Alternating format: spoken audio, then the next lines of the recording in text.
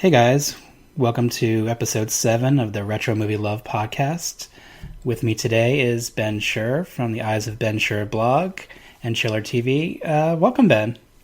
Thank you. So excited for this long-awaited podcast. I know it's been so long. Actually, hold on a second. We're back. I've got you. Let go of me!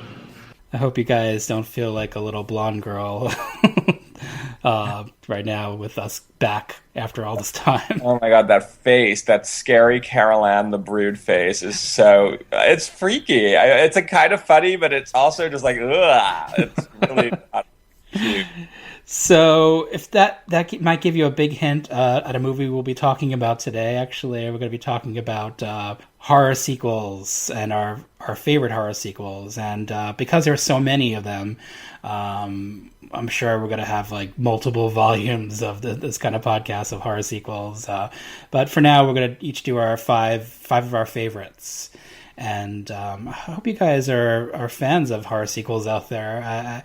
If you're into horror films, surely you are, because part of why we like horror sequels is they're extensions of some of our favorite horror movies, and we just want to see their characters live on in different movies, or if the film has different characters, kind of want to see where things go in future installments. So Ben, why are you a fan of horror sequels? Well, I think that what you're saying is a big part of it. I think that I become so heavily attached to some of the characters in horror movies that I totally disagree with people who say, oh, horror movies have no character development, because I really just want to see what happens until the end of their lives. Like, I want it to be like 6 Feet Under. So I could have had like 25 Nightmare on Elm Street movies with Nancy Thompson. If Freddy Krueger wouldn't even have had to be in all of them. I wanted to know about, her love life, what it's like to be in graduate school and deal with philosopher parents. I just wanted forever. So that's a big part of it. I also love horror sequels because I love, especially with a franchise like Friday the 13th or Nightmare on Elm Street, I like seeing how fashion kind of evolves with a franchise, like actually clothes, along with sort of genre conventions and music choices, and it's fun watching series get more and more trendy. But then with sort of more legit horror sequels like Hellbound, Hellraiser 2, it can be so great to see where the filmmaker takes the world, how it kind of expands it outwards. Mm-hmm. So horror sequels just have infinite things to offer us. It's true. They can go in two different directions. Either it can be really quite serious, and we may have picked a couple of those, and also they can get really silly, and we're definitely guilty of picking some of those as well. And there's just so much to offer with horror sequels. Like sometimes you get more of the same, sometimes you get surprises, sometimes you get characters that you love so much, and they some of them might not make it since they're horror films. So they may get killed off, so you get attached to like I said, there's this attachment to these movies and these characters, and then if they're slasher movie sequels, there's a big chance they might die off. So you're kind of like curious to see where things go in a franchise, and we're proud to say that we have some franchises representing today, and that we're big fans of, and I'm sure we'll get to them soon enough. So hold tight, guys out there, if you're fans of certain franchises from the 80s. We will definitely be talking about them today. Let's why don't we just get into it and just talk about our top fives. Let's start with you, Ben. Here's your number 5.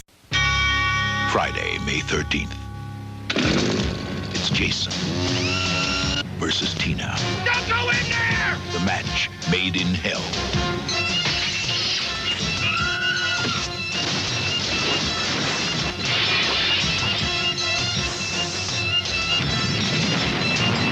There goes the neighborhood. Friday the 13th, Part 7, The New Blood, rated R. Starts Friday, May 13th at a theater near you. Friday the 13th, Part 7, which I feel is maybe the most... No, that's not true. I was going to say the most maligned of the Friday the 13th sequels, but actually Parts 5 and 8 might be even more maligned. But Friday the 13th Part 7, The New Blood, takes a lot of shit, I think. The high concept plot was Jason versus Carrie.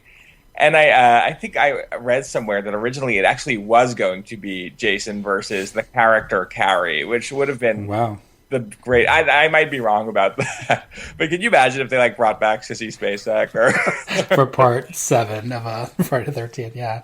Instead of the Lar Parlinkin's Labo mother in Part 7, it would be like Sissy Spacek and Piper Laurie left town and moved to Crystal Lake. But so I think people don't like that. People don't like it because it does break away from the classic structure of 1 to 4, which is sort of reprieved very happily in 6.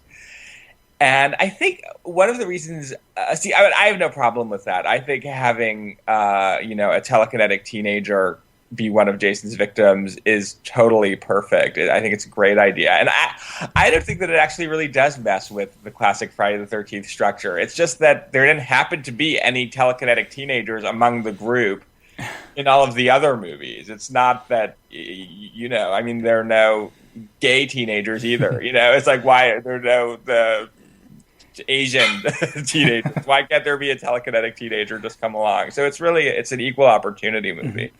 And the other reason I think that isn't often articulated, that I think people might not like this movie as much, is because it's by far the most melodramatic of the Friday the 13th movies, I think. It's almost like an after-school special. So much of it is about Tina's feelings of being an outcast and her struggling with maybe being to blame for her father's loss and dealing with her creepy psychiatrist. It has nothing to do with slashings or murders, and a lot of the screen time is devoted to that. And I think that must have annoyed people, but I love that because, as we were saying, I love character development in slasher films, and I love melodrama in slasher films. So I just eat it up. I love Lar Parlinkin as Tina. I think she gives a lovely performance. And then, of course, this one is jam-packed with great side characters, and I'll let you talk about that a little bit more.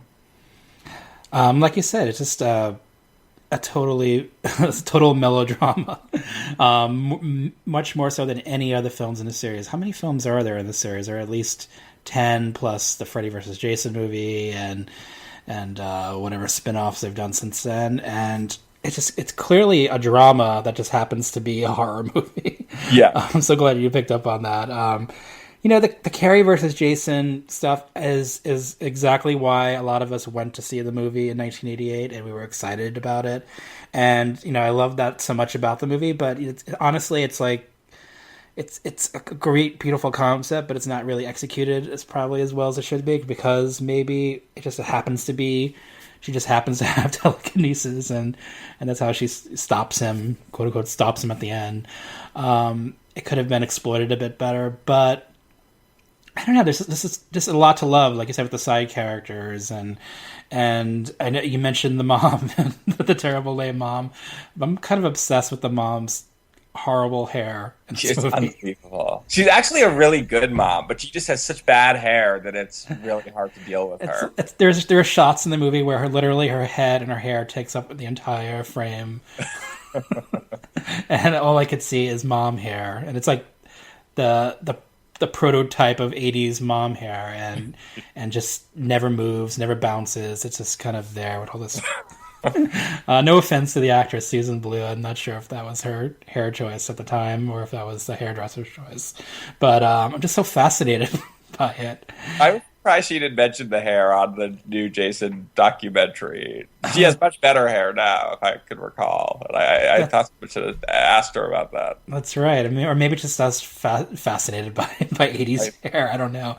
But that's one of the things I can't get past, or I'm obsessed with, rather, with Friday the 13th Part 7. And some of the side characters, I like the nerdy Maddie character with the glasses. I think she was played by Diana Barrows, and I was really bummed out when she got killed. I feel bad when these kind of shy, nerdy characters who pick that moment to kind of break out of their wallflower nest and then they die. I agree. It seems so unfair. It's such a bummer. And And so, so obviously, this movie has a lot akin to like movies we like Carrie and Jennifer, and all of that. It's definitely why we love it. It's kind of like a '70s movie trapped in a late '80s slasher film. Oh, that's an interesting point. And it's just just something. It's not honestly, it's not my favorite, not in my top 4 of the sequels, but I do go back to it all the time, and one of the other reasons that I haven't mentioned yet is the Melissa character. She is just amazing. What a complete bitch. To give this podcast an explicit rating, because apparently it's either only G or R. Well, no PG-13 here. Way, my dad said that my Smooth Grooves podcast, he thought there was too much profanity. Oh, really? That it was going to make it unappealing to a general audience. And I was like, I think it's already unappealing to a general audience. What a shame. So, yeah, just Melissa, please tell me how much you love Melissa. I feel like it must be really hard to be her. It must be hard to just be filled with so much just ugliness and viciousness and hatred and just, I mean, it's fascinating. Yeah, no, I do. I love her. She just, it's like her hair emanates bitchiness. That's another classic 80s hairdo, that kind of blonde page boy cut and the pearls. Oh my God, the pearls. That's like out to get her immediately for no reason, just because the cute guy like kind of likes her more. She's like, no, I'm going to destroy. I would rather destroy them both than let this happen. I like that she just like stomps on everyone in her way, and she'll use whoever she can. Let's play a sound clip from a certain scene in the film. Here we go. Eddie, this isn't going to work out. What's the matter? I lied. Lied about what? About everything. You just don't turn me on, really. Oh, come on. At least I gave you a chance. You just didn't come through. Anyway, I was kind of hoping Nick would come back and find you with me. Why'd you lie? You know, make him jealous. Rejection. Okay, fine. I can take it. I've been rejected by some of the finest science fiction magazines in the continental United States. Eddie, where are you going? To take a cold shower. I got a date with the soap on a rope. So yeah, obviously she she likes to play the fields just to screw with people. That was really impressive, even for an 80s movie. There was a level of nuance there in that engagement, that she seduced the nerd, like, just, for the sake of humiliating him. Exactly. It really sets her up for a good death scene later in the film, when she just kind of like tells everyone to fuck off and then gets an axe to her face. And one of the things that we haven't mentioned about this film is the cuts from the MPAA. This movie was like heavily cut by them, and there was like some pretty gruesome death scenes. I think you actually see the axe go into her face, and then that would have probably been a moment everyone in the audience would have stood up and cheered if they actually saw it. Totally. So yeah, the movie does suffer from that, but because of those cuts, because of the lack of gore, maybe that's why we do kind of levitate towards the dramatic parts of the film. Yes. It's like all drama, no gore. So yeah, I can really see how normal people going to see it must have been like, what the fuck is this? There's no violence, and there's just all this sappy drama. Mm-hmm. But I like that. 1 minute longer, one of my favorite scenes in the whole franchise. And I think probably the scene, because I agree with you that the telekinesis part of the movie is not handled very well, and I always expect the finale to be more telekinetic than it actually is. Like, I remember it the way that I want to remember it, even though I've seen it 100 times and I just can't remember it accurately. But the scene that I think is where the telekinesis works the best is where Tina makes Melissa's pearls break and go all over the place. It's like a very symbolic, it's like the destruction of the right-wing conservative Reaganite era in that one image, which is why I love Tina so much. Oh, yes. The pearl sequence. Have you ever seen a movie from 1994 called Dream Lover, starring James Spader and Mad Chanamik. No, I haven't. It's like one of those 90s erotic kind of thrillers, fill in the blank from hell movies, the girlfriend / wife from hell. And her character in that movie is also obsessed with pearls. So anytime I think of pearls in movies, I always think of these two films. She's always wearing pearls in that one. She's kind of like Melissa, where she seduces and gets what she wants, and she's always like kind of playing with them. And so it's interesting. The evil woman. Exactly. And it's funny how it also like represents the kind of that very dowdy kind of stuck up kind of maybe Connecticut kind of waspy girl too. Ali Sheedy had Stayed Almost Fire, another seminal like pearls as character trade movie. I felt so betrayed that Ali Sheedy wears pearls all the time in that movie. It's just like, Ali, what have you done? It's even worse than the transformation in The Breakfast Club, even though that's one of my favorite movies. Oh, Ali Sheedy. I don't know what happened to you after those movies. But we love you. And we love you, Melissa, and Friday the 13th Part 7. So let's move on to my number 5. Here we go. She was alone in the house with the children Hello? when the phone went dead. Who is it? A stranger stepped out of the dark, and a reign of terror begins. He was inside the house with her. He is out there somewhere. He will go after someone else. I'm sorry, sir. There seems to be some problem. Jill. I'm here, Jill.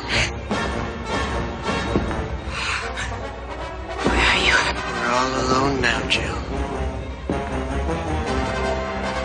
Carol Kane, Charles Durning. When a stranger calls back. So that was the trailer for When a Stranger Calls Back.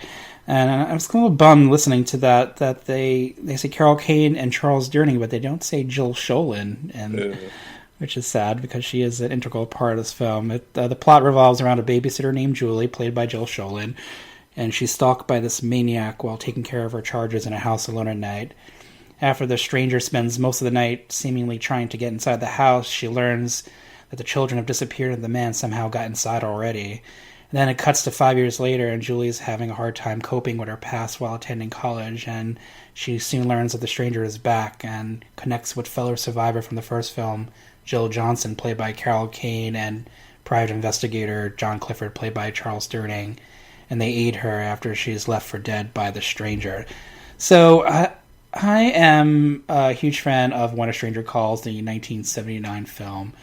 And it's a movie that obviously is very much a part of the part of slasher movie history. It's the movie that kind of inspired like other later things like Scream, and where the caller is either calling from inside the house or just stalking somebody on the phone, and it set the template for so many movies. And so like a sequel which happened maybe 14 years after the original is usually something that is not met with the most love. And I feel like When a Stranger Calls, which was actually a movie that premiered on Showtime in April of 1993, actually in April 4th, so it's almost to the day 21 years ago.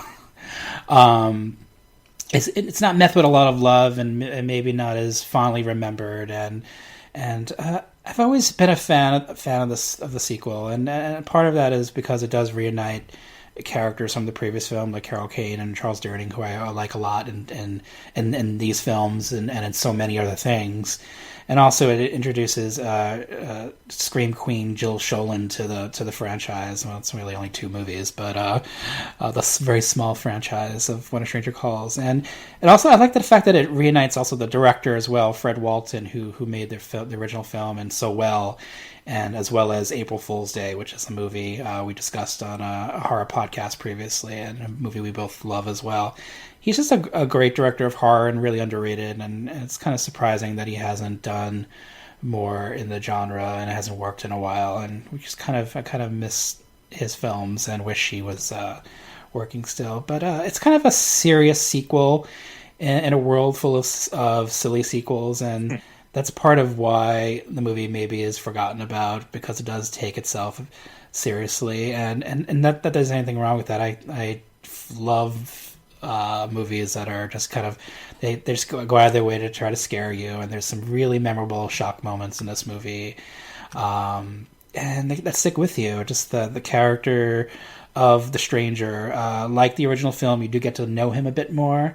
And I know that's a big problem for people of the original film, like the middle section where you do get to know the killer, and he's kind of pathetic and strangely British, and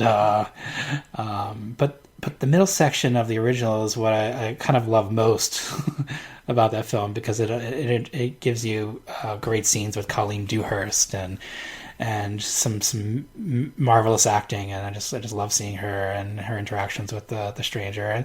And this film kind of introduces the villain, and he's also pathetic, but he's also really, really weird, and he has this whole performance act with his dummy that just something that has to be seen rather than me ranting on about how amazing it is.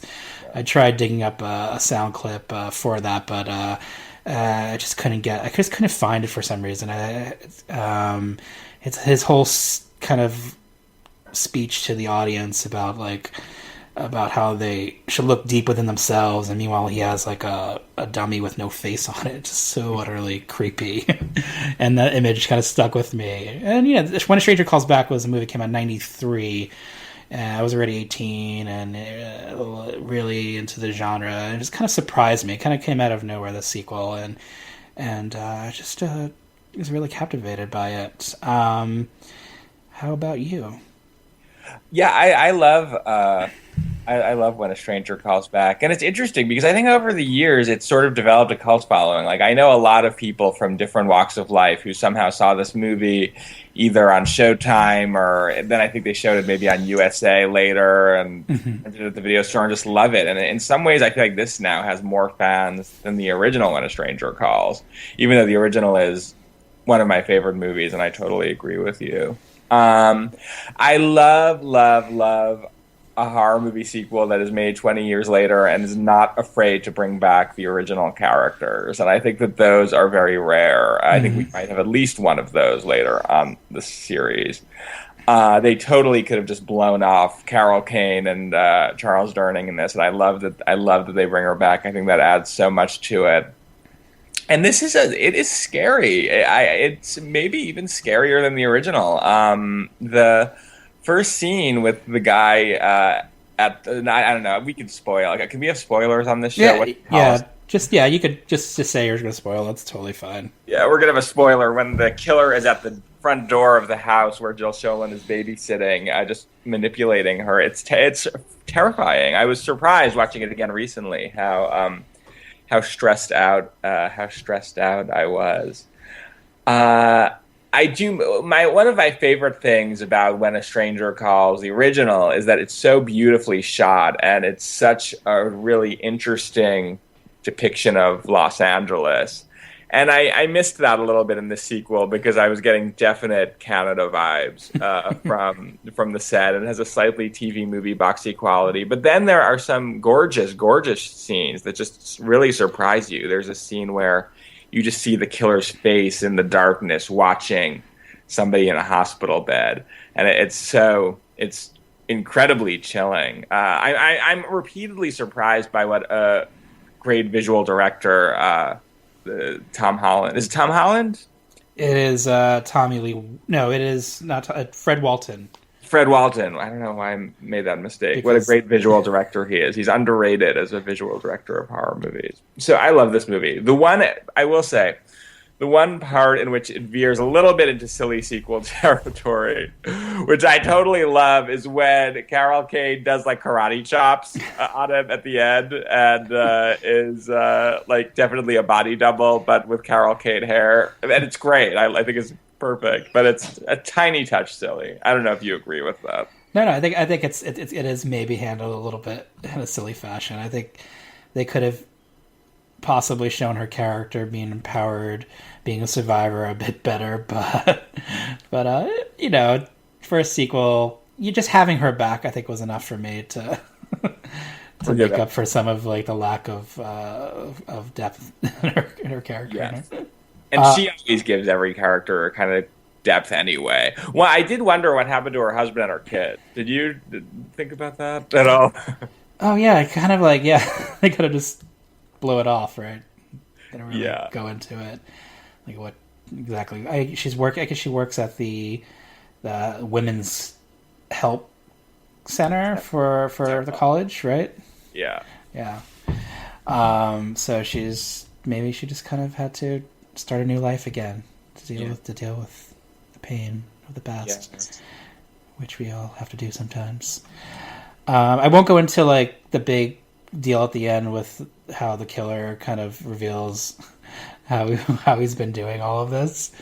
Part of the problem of the movie for me slightly is that it does go on with the sleuthing a bit too long, and like it kind of reveals itself a little too early. Mm-hmm. And then when it happens, it's maybe not as surprising. But this might be because I've seen the movie a bunch of times, and I'm sure in 1993 when I saw it on Showtime, it was a much more surprising. But now it's maybe doesn't have the impact as it did because I've seen it so much. But it is kind of a unique and interesting way to show a killer and how he does his deeds.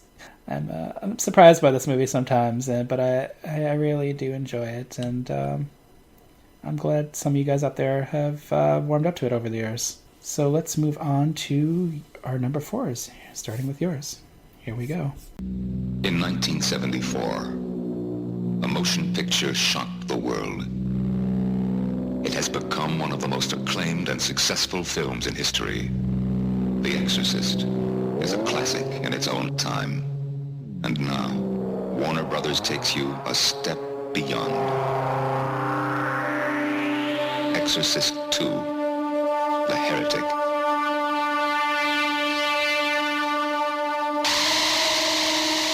Starring Linda Blair, Richard Burton,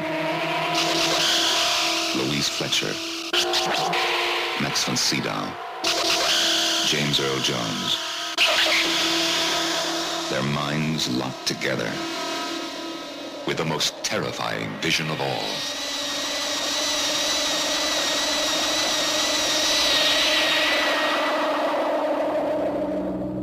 Exorcist II, The Heretic. That was Exorcist II, The Heretic, which had a really interesting release history. It opened very, very strong. Everybody wanted to see it because everyone loved The Exorcist, and it had a really cool trailer. If I had seen that trailer and TV spot back in the late 70s, I probably would have been like, what the fuck? That looks crazy intense and amazing, which it is, but a lot of people didn't think so when they actually saw the movie. So it opened very strong, and then like by the third showing of the day or something, the word of mouth was so bad that like nobody would go to see it anymore. So the distributors had it edited. They cut out a lot of it, which that was the first version of this movie I ever saw, was the edited version with the disco theme at the end, and I don't remember it at all, but I hear the cuts make the movie even more incomprehensible. And speaking of incomprehensible, I can't even exactly tell you what Exorcist II is about. I know that Reagan is living in New York City with Kitty Wynn, who played Ellen Burstyn's assistant in the first film, and I love that Kitty Wynn comes back. She's undergoing experimental therapy with Louise Fletcher, which involves Louise Fletcher and Linda Blair putting on this machine. I used to remember what it was called. It was called like the micro bobble machine or something that flashes a white light while it makes Linda Blair go back to her traumatic past of the exorcism and bring Louise Fletcher back with her. And I'm utterly obsessed with any horror movie that deals with abnormal psychology or unusual psychiatric treatments. So I eat that shit up. Sorry, Dad. Look, I swear it again. I can't help myself. I am a swearer. But I love Louise Fletcher's office in this movie, which looks like a gigantic glass honeycomb, like a gigantic glass beehive. It's just fantastically 70s. So after that, I don't even know. Richard Burton is like a fallen priest who gets involved, and they go back and forth to Africa telekinetically, and James Earl Jones is wearing a gigantic locust outfit. And they're flying on the back of a locust, and Linda Blair is the same as an African child who can control locusts. And then they're at the Museum of Natural History in New York, and then they're in Georgetown, and the house is burning down, and there are more locusts. And the funny thing is, I saw this movie. I saw this before I saw The Exorcist, if you can imagine, because they never showed The Exorcist on TV. When I was growing up, that was like the one horror movie for a long time that my mom wouldn't let me rent because she thought it would traumatize me. But for some reason, they showed The Exorcist 2 all the time. I don't know if you remember that. And when I first saw it, I was young. I was probably like 6 or something, and it totally made sense to me. And I loved it. I loved The Exorcist 2. I thought it was beautiful and fascinating, and it was kind of everything I want a horror movie to be, and I still feel that way. Except now I watch it, and it's kind of like the Polar Express whistle. Like, now that I've grown up, I can't hear the whistle anymore. Like, I got the meaning at the time, and I've lost it as I've become jaded with age.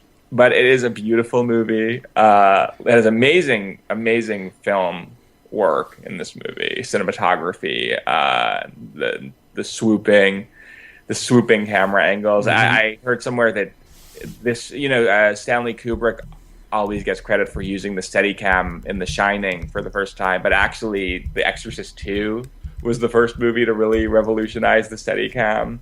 Oh, really? And it's had you heard that? No, I haven't heard that. I was enthralled by that. And Linda Blair is beautiful in this movie. She tap dances. Oh, and Ennio Morricone's fantastic score. I could listen to Reagan's theme like all day, this ballad, and it plays while you see her walking on top of her apartment building where she like houses white doves. And I guess it was actually the ABC building. It's this crazy modern structure. It's so beautiful. And she walks across the building roof in a flowing white dress while Reagan's theme plays. And the movie's just chock full of beautiful scenes like that are just incredible. It's the least scary horror movie you'll ever see.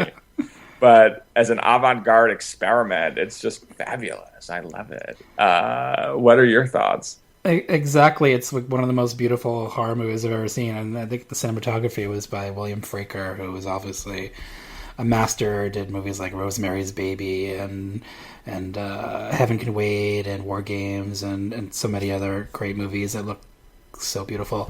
And, I'm sorry, Ben's dad, but this movie is a big what the fuck. It is so hard to decipher, like, if I liked it or not. I've watched it I watched it a couple times this week. I've seen it several times in the past.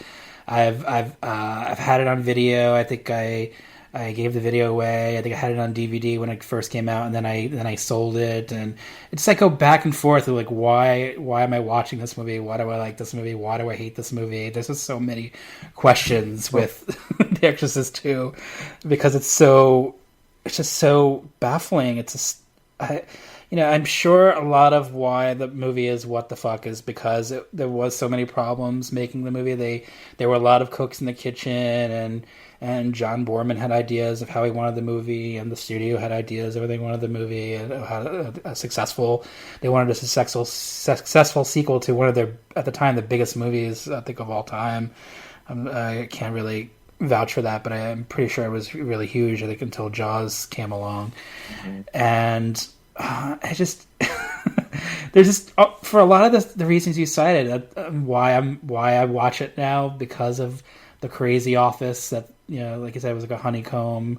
Linda Blair is the big reason why I will go back to this movie. It's because I love how she's introduced in an outfit that she would have worn in Roller Boogie.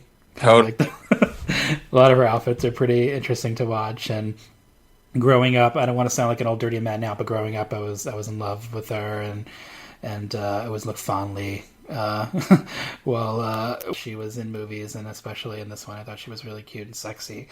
And yeah, the New York stuff is really the clinic and just really weird and out there, and my thoughts are all over the place because this movie just kind of totally messes with me.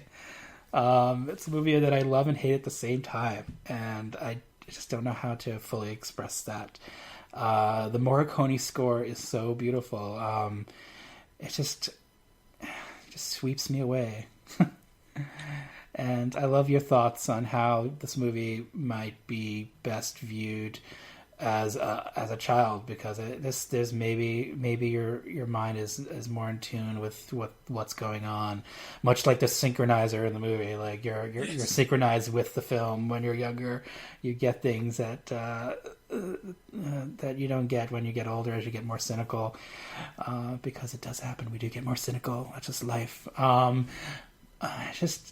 The Exorcist 2, The Heretic, Richard Burton. What were you drinking?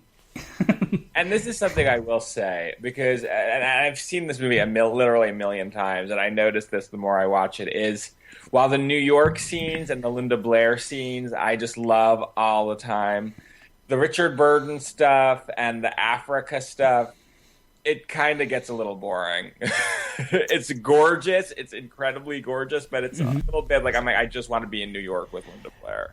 Exactly. I think the Richard Burton stuff, I think it just kind of repeats itself a bit. Like, yes, a lot of him going on an airplane. I feel like this movie is a lot about airplanes. There's always shots of an airplane taking off or landing. There's quite a few of them, and they hold on the airplane for a really long time. I'm not sure if this was the editor's way of filling in time or some sort of really artful statement about airplanes. I don't know, or flight. Maybe that or the locusts feed into that as well. Right. I don't know. But for me, partially, Exorcist 2 is Airport 77 again. Yeah, Airport 77. I have some interesting trivia about The Exorcist 2, actually. Yeah. I don't write on heard. Apparently, originally, Warner Brothers just wanted to do like a rush job and get the sequel out right away and have it like a faux documentary where all the original characters were interviewed about what happened, like talking head interviews interspersed with scenes from the original, which would have been really pretty bad and weird. But then they somehow decided instead to make this incredible, expensive epic. And John Borman hated the original Exorcist. He like really, really didn't like it. He thought it was too dark. He thought it was too pessimistic. He thought that it was too disturbing and exploitative. And he wanted to make a movie about light and about like spirituality and the possibility for goodness in the world. Mm-hmm. So, I mean, I'm glad he did. I'm glad that this movie exists. But, what was the studio thinking when they hired him? I don't know. I think they were thinking that he had made a successful film with Deliverance, and like he can clearly make a movie, and I don't know if a disturbing movie. I don't know if they saw Zardoz. Yeah, exactly. But they maybe should have. That's another movie that's completely out there. And gorgeous. I mean, he has never made a movie that isn't unbelievably visually striking. I have to play this sound clip before we move on. Here we go. What's the matter with you? I was possessed by a demon. Oh, it's okay. He's gone. So, yeah, Linda Blair was possessed by a demon. And she's so cheery about it. It's really inspiring. She's just like what she's doing is she's defusing it. She's like, I don't want to be stigmatized. I don't want everyone to think, oh, I'm that creepy girl who was possessed by a demon. She's like, I was possessed by a demon. It happens. I think it's very integrated of her. Totally. I just had a genius idea before we move on. This may be ethically questionable, but to test our hypothesis about children's perceptions of The Exorcist 2, I think you should show it to Benicio, and then we should bring him on to review it on the next episode. The thing was, I think I mentioned on Facebook how He was watching something on Netflix. I think it was Ghostbusters 2, and then I had Exorcist 2 in the DVD player because I'd been watching it so much this week. And he kept playing the DVDs and switching from Netflix to DVD. So part of him actually wants to watch the movie. He's drawn to it. It's really a movie that should have been directed towards children. Exactly. He'll be 2 in June, so he has a little bit of time for Exorcist 2, but I'm sure he'll love it when he sees it, and then hate it later on. Yeah.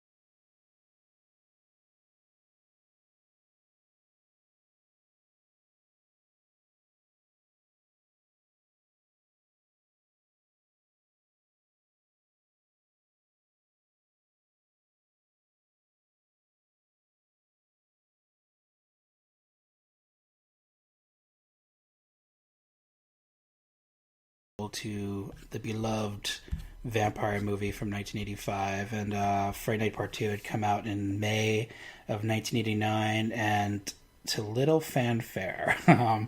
It was kind of released in limited, very limited, like 148 screens, and so it was not a box office hit. It made around $3 million.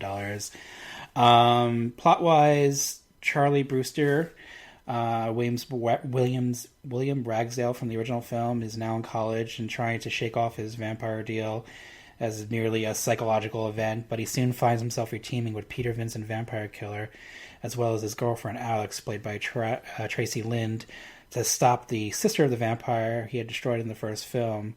She's out for a bloodthirsty revenge and will use whatever means to take him down, including seduction and slowly turning him into a vampire himself. So with Fright Night Part 2, you're promised kind of the more of the same. You get the sister of the Chris Sarandon character from the first one, and like we mentioned earlier, why we like horror sequels. Maybe some of these sequels that aren't the best movies ever made, because of the continuation of the characters. And why I love Fright Night Part 2 is exactly that. I want to see Charlie Brewster again. I want to see Peter Vincent, and I like the additions of the new girlfriend, played by Tracy Lind, and the new batch of vampires, who are a motley crew, to say the least. You have the head vampire, played by Julie Carmen, and she's really sexy and seductive, and she has performance art, so she's immediately 80s cool in my book. And then you have her henchman, bodyguard, whatever he is, played by Brian Thompson, and he's that big hulking guy. You've seen him in a bunch of things. I always think of him as the guy from Miracle Mile who could fly the helicopter, the bodybuilder, and he's really creepy, and his character spends the entire movie eating bugs, which drives me crazy because I have a phobia for bugs. And then you have the weird cross-dressing vampire, the African-American vampire, who was played by a man, but for some reason, watching this movie when I was younger, I thought it was a woman. So, job well done on confusing me. And that character is on roller skates, much like the character from the Heathcliff cartoon is always on roller skates that I also watched in the 80s. So this is, and then you have John Grease, who plays like this hybrid of werewolf vampire, and John Grease is a character actor I really love. He was in Real Genius and Napoleon Dynamite and so many things. He works all the time. I think I looked up his credits on IMDb, and he has like something like 15 movies in production or post production right now, which is pretty awesome. I'm so happy for him. It's a really motley crew, like I said, and it's kind of a weird mix of horror and comedy. The first one maybe did a better job of balancing that. So there are isolated scenes in the movie where things kind of get really silly, but then there are some really serious scenes. So the tone is a bit off from the first film, and maybe that's why it's not considered the classic it is, and it's totally understandable. But I like the vibe of the movie. I like that it's kind of leans more towards the gothic, with the university making it look a bit more creepy, and the apartment building that she moves into, and it just has that great gothic vibe that I like in horror movies. It's a nice contrast to the suburban setting of the original film, as well as I think I mentioned the Alex Tracy Lynn character. I was a fan of Tracy Lynn growing up. I thought she was very attractive, and in this movie she's also really smart, so she kind of is a double threat. Smart and attractive, and can speed read Dracula, which is very, very good in my book. And I also loved her big glasses. She was also in a movie I really liked from 1993 called My Boyfriend's Back. I highly recommend that one. I'll probably cover that on a podcast in the future. I also like that she's very proactive in the movie, kind of unlike the girlfriend in the original film, who was kind of more of the victim, and then she became a vampire. She does fight along with Peter Vincent and to save Charlie, who's becoming a vampire by Julie. That's her ultimate revenge, by turning him into a vampire and then destroying him. And I like that her and William Ragsdale character is really, they're kind of nerdy. They're kind of cute little nerdy couple who wear like sensible sweaters and listen to classical music. They're pretty cute. Ragsdale was in a sequel, another maligned sequel called Mannequin 2 on the Move. Have you seen that one? Yeah, I love it. I actually like it more than the first one. That's another sequel that's kind of out there, and it gets really, really silly, but I absolutely love it. The movie was directed by Tommy Lee Wallace. Now, I always confuse him with Tom Holland. Mm-hmm. I think you mentioned Tom Holland earlier. I don't know why those guys. I think because they worked a lot in sequels. Tommy Lee Wallace, he wrote and directed Halloween 3, and then he obviously worked on the first few Halloween films. He wrote Amityville 2, and then Tom Holland did like Child's Play and The Temp, and he wrote Psycho 2. So I'm always like, those Toms are always on my mind. I don't know, he had an interesting vibe to the film, and he gives us more of, it gives me at least more of what I liked from the first film, but it adds his own little spin on it. So, what say you about Fright Night Part 2? You know, I feel like I'm going to disappoint you and everybody who's listening, because for some reason that I don't understand, both of the Fright Night movies leave me kind of cold. And I know. I've never met a single other person who feels this way. I think I'm all alone. And they have everything I would ever want. There's suburbia in the first one, and Gothic college campus, and TV horror hosts, and William Ragsdale, who I think is totally cute, and Chris Sarandon is like the sexiest vampire in all of film, and there are a lot of weird gay issues in the first movie. And then the second one, I thought the atmosphere was the perfect combination of 80s and Gothic and just gorgeous. And I loved the costumes of all the characters. I loved all of the settings. But I don't know, for some reason, I just couldn't totally get into it. And it might just be the mood I've been in lately or something. I'm a little preoccupied by various things. But I don't know. I sort of suspect one day I might love this movie, but today was not that day. No, that's totally fine. I think a lot of why I like some of these movies, especially the horror sequels, because I they came out at the right time in my life, and in the 80s or 90s. This one came out in 89, so I was 14 and really into horror movies and sequels, because there were so many sequels by 1989, and I just wanted to see more of those characters, and it just, I guess, kind of gave me what I wanted, and but I could totally understand why some people are turned off to it, but I will try to forgive you for not being as into the first one, though. It really made me wonder, or raised an interesting question, because this was the only sequel I watched for this, other than Final Destination 2, that I didn't see when I was young, when it was newer. And I wonder if the loss of nostalgia, and that was the same as the original Fright Night. I didn't see it till much later than I saw most other horror movies. I wonder if the lack of nostalgia is a problem for me. And it made me wonder, if I saw Friday the 13th Part 7 now, would I not connect to it too? It's a horrible thing to imagine. I think it's true of most movies, though. I mean, we will have a nostalgic connection. We will trace. For me, definitely, every movie I watch, I remember when I saw it first, where I was, whether it was at the video store or at a movie theater. I just always make that connection. So nostalgia always feeds into these things. Just the way it is, and I think horror movies are, for us, are especially like that. So it's okay. Did you dig her performance art? Yes, and that I loved. This random music video of performance art in the middle of the movie, that was just perfect to me. And I also liked that they have this weird death bowling scene. Yes, that was one of the moments where it kind of veers towards more silliness. There's rubber heads, and it gets really silly. But it's like vampires bowling. I mean, that's kind of fun to watch. Maybe we should take a minute actually to talk about vampires and performance art in the 80s, because this was kind of a recurring thing. Mm-hmm. I mean, there was Vamp. I feel like I've seen at least one other movie where there's vampire performance art in an 80s horror movie. I wonder what that was all about. Do you think it was an response to MTV or something? I don't know. I think in the 80s in general, it was always about performance art. When characters were slightly creative, they were performance artists in movies. Yeah, that's... I mean, Freddy Krueger is the ultimate installation artist. That's right. But I think no one does it better, though, than Grace Jones in Vamp, I have to say. I mean, she is something else. With the Keith Haring kind of artwork that was painted on her, and that's just so memorable. That's probably my favorite performance artist. If I were going to be a model or a performer or an actor or anybody, she would totally be my inspiration.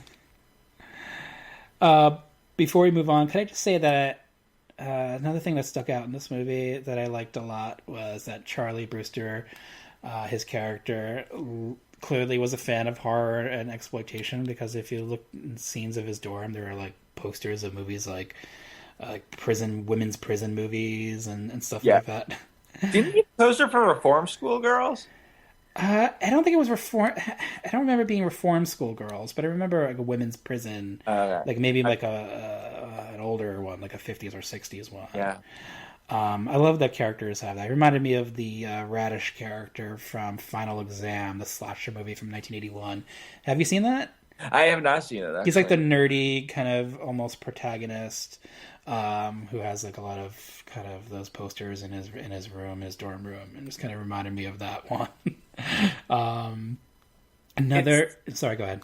No, it's just sad that you would never see a character like that in a movie now. And everything you're saying about how Charlie's kind of a nerd and he wears sweaters and listens to classical music, it's just so nice to have an original character like that. Yeah, you don't see them you don't see characters in movies actually liking horror movies without some sort of weird, ironic twist to it or something. He was attracted to Friday Night, the show, and that's how he met up with Peter Vincent. So he was always a fan of horror movies since the first film, and I just like that about it. Weird fact, and I'm just going to leave you with Live Entertainment, who distributed this film on VHS. I think it was a kind of a neat little. Initially, they put out this coffin-shaped VHS box that was pretty rare, and then a different VHS box with her eyes and her mouth with the vampire fangs. You remember that VHS box? It was like a white I remember box. the latter one. I never saw the coffin one though. Yeah, it was pretty rare. The live entertainment. Before I get into it, I remember my sister and I being into this movie so much. She actually kind of sketched that VHS box. I remember that she did a really good job too. And she had written it. She had sketched it on a piece of paper. It just kind of sticks with me, that memory of her, like, say, hey, look, Friday Part 2. That's right. Live Entertainment, who distributed the film, was kind of head up by, or he was one of the chairmen by, the Menendez brothers' father. Huh. And Roddy McDowell, and I think the director of the first one, Tom Holland, had set up to do a sequel. They had a meeting to do part 3 together, and even though the second one was no great success, and but apparently that didn't come to fruition because he was murdered. Sadly, It's crazy. It's a weird out of left field factoid about the movie. I don't know how much of that is true. I mean, get your facts from online, but I'm not sure if it's just a meeting, like an early meeting for the film. I don't know if that's feasible to have a Friday Night Part 3, but I would have saw it if it did come to light. So let's take a break and let's do it Morricone style. Here we go.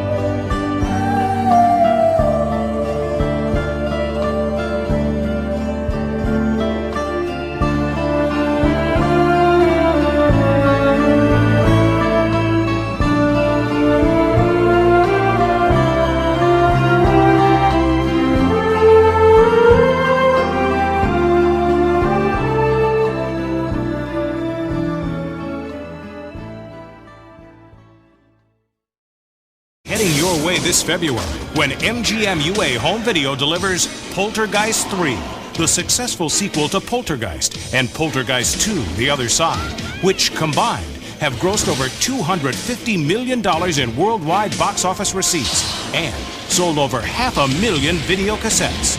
And now, Poltergeist 3, the modern-day thriller that Newsday reviewed as full of thrills and chills, lots of scary moments, is available on video cassette for $89.95. Suggested retail.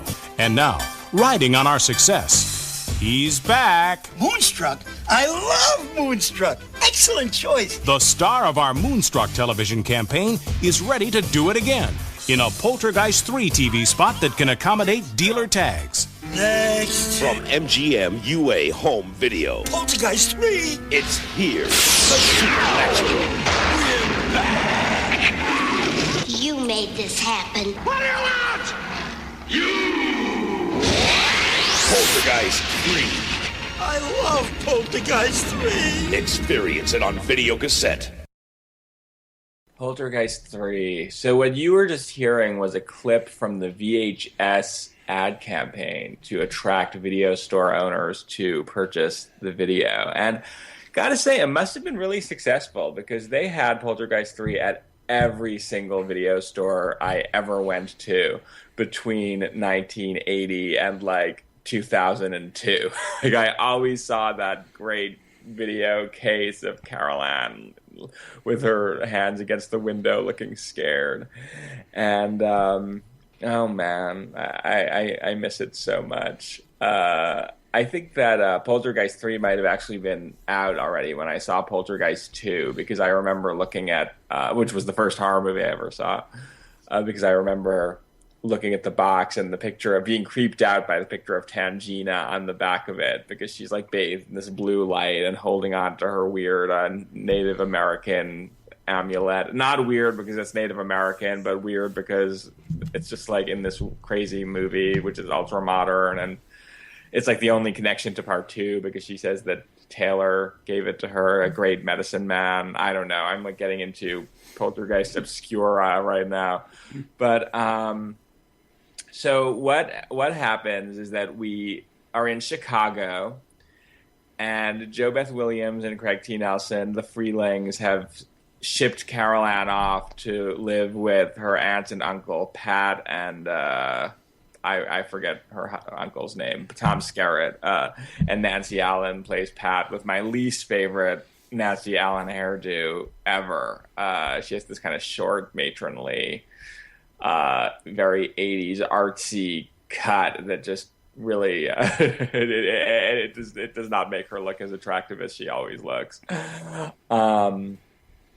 They live in a high rise with Lara Flynn Boyle, who's Carol Ann's cousin, and she's just this quintessential 80s teen.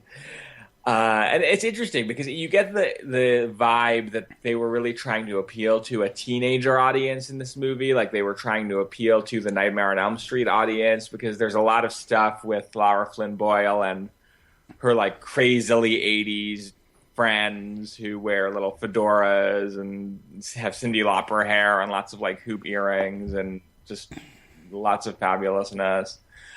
Carol Ann is undergoing psychotherapy with Dr. Seaton, the biggest douchebag who ever walked the earth, who keeps saying that all of the memories that Carol Ann is talking about are false, that she made them up, and that she's just incredibly manipulative. So she managed to hypnotize her entire family and everybody who ever witnessed anything that happened in the first 2 movies with her manipulative powers.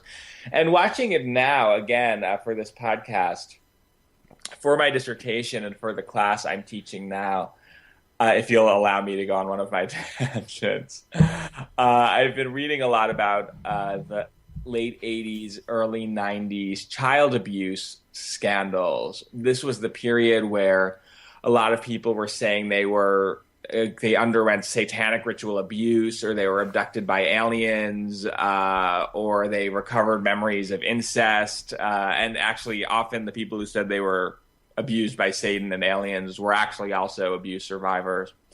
So there was a huge outpouring of this in the late 80s and early 90s, and it brought with it a backlash of psychiatrists and other people, often perpetrators themselves, I would think, who said that, all of their memories were false. They were implanted by psychiatrists. They were just really manipulative people. They said it was a feminist conspiracy to go after men by claiming they molested their daughters.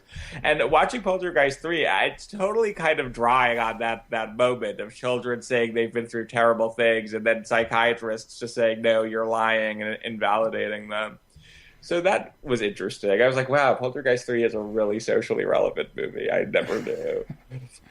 Anyway, so all hell breaks loose the night that Pat, Nancy Allen, who's the head of an art gallery in the building, just to go back a little, this building is like this hyper-modern building. It's one of those late 80s, early 90s Gremlins 2 buildings that has like everything. There's an art gallery, a sushi restaurant, a shopping mall, apartments, a convenience store, a pool, a fancy restaurant. And every horror movie should take place in such a building. So it's the night of Nancy Allen's crazy art gallery opening, and she leaves Carol Ann with Lara Flynn Boyle, and Lara Flynn Boyle, being a teen, goes to like her friend's party and doesn't bring Carol Ann with her, which I thought was super rude. And sure enough, Kane comes back, and he brings all of his ghosties with him, and they try to get the building is covered with mirrors, and they try to kind of get her through the mirrors. Like, the mirrors are the new TV in Poltergeist 3. And it's crazy. So that's the first like half hour of the movie, and then there's just like no narrative, because it's just people running through this building, looking in mirrors, demons coming out of mirrors and possessing the people on the other side of them, evil clones appearing and like tearing off Lara Flynn Boyle's face. And there's a scene in like where Nancy Allen and Tom Skerritt are in a refrigerator filled with pigs, like hanging pigs, and the pigs come to life, and then Pangina appears. It's all really crazy, and it's very experimental. It's kind of like The Exorcist 2 a little bit. It just goes totally batshit, but it's very beautiful. It's very striking. There's really bad dialogue. The thing that really strikes me about this movie, Lance Vaughn, the great blogger at Kindertrauma, said in his review of it that it's not like anything else. And that is totally true. Poltergeist 3 is not like anything else, except maybe Gremlins 2. But it's not even like Gremlins 2 because it takes itself so seriously. And I think that's great. I think it's great for a horror sequel to be so different and so gonzo. I'm a totally big fan. What are your thoughts? Exactly with you. You know, I've looked at some of my notes and you covered pretty much all of them. Gary Sherman, the director, kind of throws these things at you that you might not be expected for a Poltergeist sequel. Like a lot of it's like this.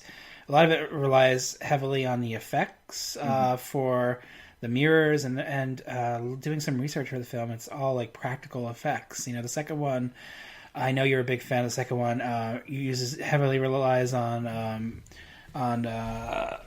blue screen or rear projection. I'm not sure what processes they use, but they used a lot of those effects in the second one. But the third one goes for in-camera effects, and I think that's really cool about Poltergeist 3. And I love Lance Vaughn's comments about the movie, that it's like unlike anything else. And like, while watching this movie, yeah, it is unlike anything else. It's similar to Gremlins 2, as you mentioned, but that's where it ends, like the building. I think they use like the Sears Tower in Chicago.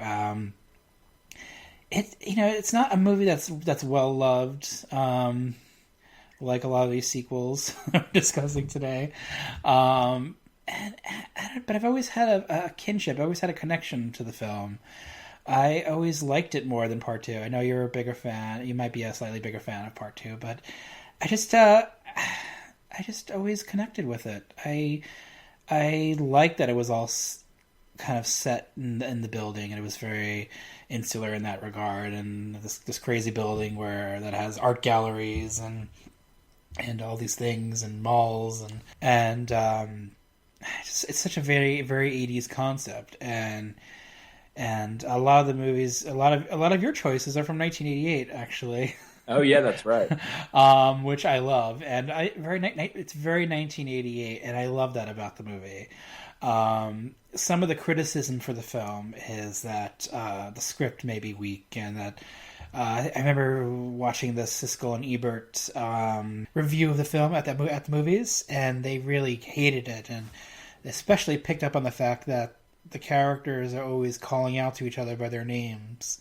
Mm-hmm. Like Carol Ann, blah blah blah, and that's like to me that's like a kind of a minor quibble with the movie. Yeah, it's like, who cares? Yeah, I mean, I can get over that pretty easily if the movie is doing something else for me, especially being so visually inventive and doing it on such a small budget and doing it in such a way that kind of wows me. And I get caught up in that. I feel really bad that Heather O'Rourke died while making this movie, and watching her, sometimes you see that she's sick and she was misdiagnosed with something. I'm not sure what it was, but it led to her death while making the movie, which is really sad and a bummer.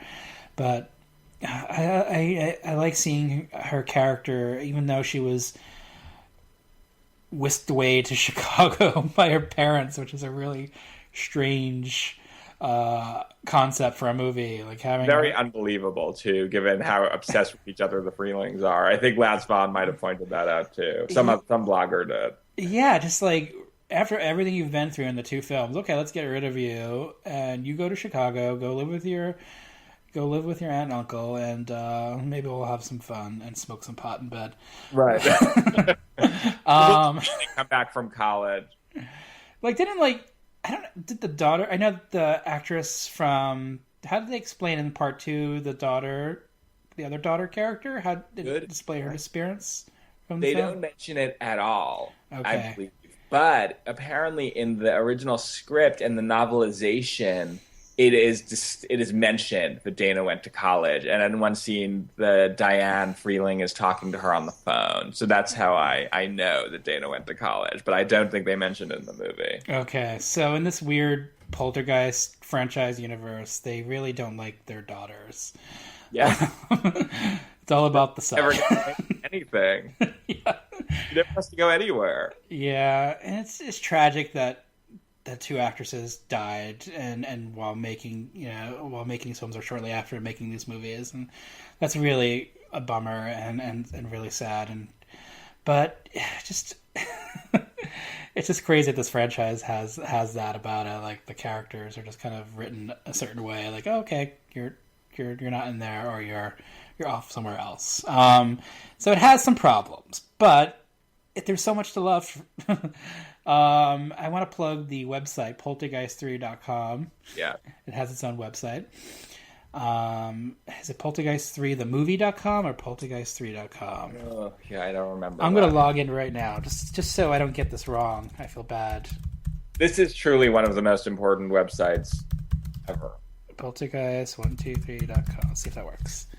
Poltergeist, Roman numeral 3, .com works, and it logs you into the website. So there's a whole website to this movie. Someone out there really loves this movie enough to make a website, and there's lots of great photos on there and behind the scenes stuff, and there's just so much to love for Poltergeist 3. And so obviously there are people out there who do dig this movie as much or more than we do, and that's really cool. I mean, people connect to these sequels in different ways, and whether you love them or hate them, they're out there for eternity, so deal with it. The interesting thing about it is the people who love... I wanted to talk about this. The people who love Poltergeist 3 are obsessed with Poltergeist 3, or a lot of them. Like, it's like a religion to them. And that makes sense, because there is something that is like that transcends normal cinema about it. Like, it is almost a religious experience because it is so bizarre. Like, you think maybe if you like came face to face with some holy power, that's kind of what it might look like. But, kind of, you know. What? No, absolutely, yeah.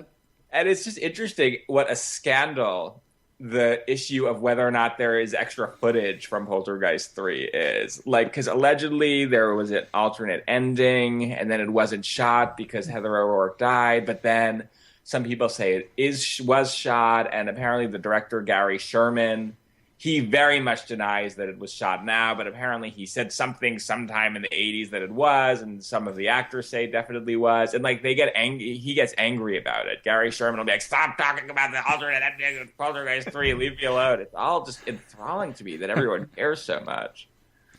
It's true. I mean, you could present me with the great classics of cinema, and movies I do like a lot, but I will probably choose watching Poltergeist 3 over them. I have the real version of Poltergeist 3 than the long version of The Magnificent Ambersons, I will just say. Exactly. And it's not us being silly or ironic or anyway, because obviously if you guys listen to this podcast, we're not about that. We have a legitimate love for these films, and we do treat them as the classics in our hearts. So remember that. There's a Blu-ray for Poltergeist 3 because it wasn't officially released in the U.S. as a Blu-ray. Part 2 was and Part 1 was, but Part 3 hasn't. So there's not enough love in the U.S. for Poltergeist 3. But there is a U.K. Blu-ray that I picked up recently on Amazon.com. The U.S. Amazon site. They actually there's a seller on there who was selling the UK version, and it looks great. It plays on any region, so I won't vouch for every single DVD Blu-ray player out there playing it, but it played on mine. It supposedly plays on any region Blu-ray player. I recommend highly, if you're a fan of the film or a casual fan, to checking it out, because the movie does look great on Blu-ray. And I love it. Can we just take a moment, and if we're going too long, we don't have to, but to talk about Gary Sherman, because I love please. him as a director. Mm-hmm. I actually haven't seen Dead or Alive, which I know everyone says is like the one really good acclaimed movie that he did, but one of my favorite 80s movies is Lisa, starring Cheryl Ladd and Stacey Keenan, which oh my god, yeah. which also has a very interesting urban alienation quality to it that's very reminiscent of Poltergeist 3. And I always thought that was very fascinating. Can I just say that I love Lisa 1 and 2. I actually have a Gary Sherman section in my DVD/Blu-ray collection. Love it. I filed him under cult directors because he's made definitely made some horror films like Poltergeist 3 and Raw Meat and a couple others, but he's made a lot of other movies that might not be classified as that, like Vice Squad and Wanted Dead or Alive and so on. And Lisa's kind of a thriller more than a horror movie. I love him. So he has a section in my collection. He's made these films like Vice Squad. Have you seen that one? No, I have. I saw the clips from it in Terror in the Aisles, and it always looked so horrible that I was just like, I don't know if I can do it, but I will one day. Yeah, it's definitely like more of an exploitation movie. It goes for that. It's very gritty. It's very LA gritty.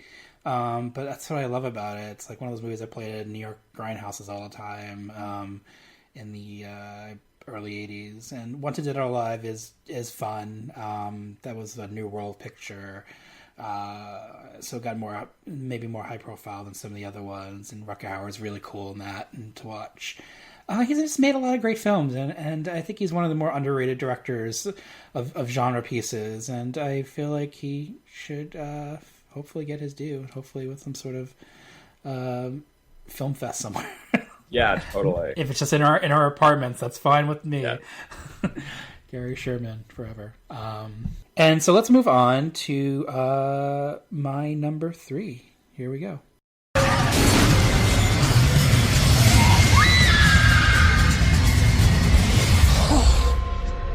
Kimberly, look at me. Oh my god. What did you see? There's gonna be a huge accident. Everybody's gonna die. Being alive after we were supposed to die caused a rift in Death's design. Which means death could be coming for us. I have this really bad feeling. It's not over yet.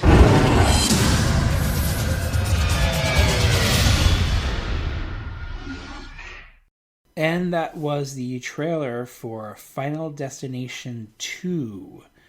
Now, I'm going a little naughty on you in the sense of doing a movie from the noughts. I'm not sure how you might feel about that. It's veering a little away from retro territory, but when thinking of horror sequels, this movie immediately popped in my mind because I liked Final Destination, the first one. It was a fun movie and there's some great death scenes, but part 2 just kind of sticks out. Like it just kind of floored me when I first saw it. Plot wise, it's a horrible road accident. It sets the stage for death itself to return to ruthlessly claim the lives of a group of people who survived the accident due to a premonition by a rather bland teenager named Kimberly. It's this road accident that starts the movie just kind of immediately grabs you, and it's just so horrible, but also yet so realistic in a way. Like these characters kind of get killed off in these crazy ways, but it's kind of like your worst nightmare come to life in a movie. And I don't know, it just grabs me. Like I said, the director of the movie, David Ellis, was a stuntman, and then he turned stunt coordinator, and sadly he died in early 2013. He made films like Snakes on a Plane and Shark Night thereafter, and he also directed another movie in the Final Destination series, Part 4, which I think was called The Final Destination, although it didn't turn out to be the final of the movies. So he made 2 of the films, and I just think he adds like a kind of a grandiose quality. Like there's a lot of stunts in the movie, so he uses his stunt savvy well. But there's all these interesting death scenes. For me, the Final Destination series is like the closest to a slasher franchise of the aughts. We didn't have the Friday the 13th films. We didn't have all those great franchises of the 80s and even the 90s. We had the Saw films, and I'm not a big fan of the Saw films. I'm just gonna say I kind of liked the first one, but I just did not really dig the sequels. I just got partially into 2 and 3, and I just couldn't really get into it, and just had to stop watching them. Just felt them kind of joyless and just kind of mean spirited. And I think the Final Destination movies fill that slasher sequel void rather nicely. They're fun, they're elaborate set pieces, and I love set pieces in movies. I love when directors like Brian De Palma go on these crazy tangents with set pieces. And this movie, these silly slasher sequels kind of do that. These characters go go into these Rube Goldberg kind of like death scenes, and it's like a lot of fun to watch. And I like also that the Final Destination movies are the only franchise to really start an idiom. It's like that's, for example, it's like that's such a Final Destination moment waiting to happen. Like I feel like I say that all the time now, especially while on the road, while driving behind a truck that has kind of loose stuff on it, especially like piping or weird road construction material. And I was afraid that the things are going to get loose and like fall and smash me in the face. Unfortunately, like the great director Alan Pakula did on the Long Island Expressway, that's kind of how he died. He died in a very much like a Final Destination way. When a piece of piping from a back of a truck came loose and ran into his car and impaled him, I believe, which is really shocking and sad. He was a great director. So it's become an idiom. It's become part of our culture, and I just go back to the film a lot, especially the second one. I like part 3 a lot. That's a lot of fun. I like the 4th one. And the 5th one was a pretty great way to cap off the series. How do you feel about part 2? You know, it's funny because somehow I just missed the Final Destination movies when they came out, except for part 3, which, of all things, I had to review for Leonard Maltin's Movie Guide because I had a brief gig working for them and they had me review all the bad horror movies, which I love. But and I liked part 3. I remember thinking it was really fun, but I never saw part 1. I still haven't seen part 1, so I'm going backwards. So I watched part 2. I know what happens in part 1. And I loved it. I think you're totally right. I was like, this is the fun, the equivalent of the fun slasher movie franchise in the aughts. And I was bitching that such a thing didn't exist at the time, and I was totally wrong.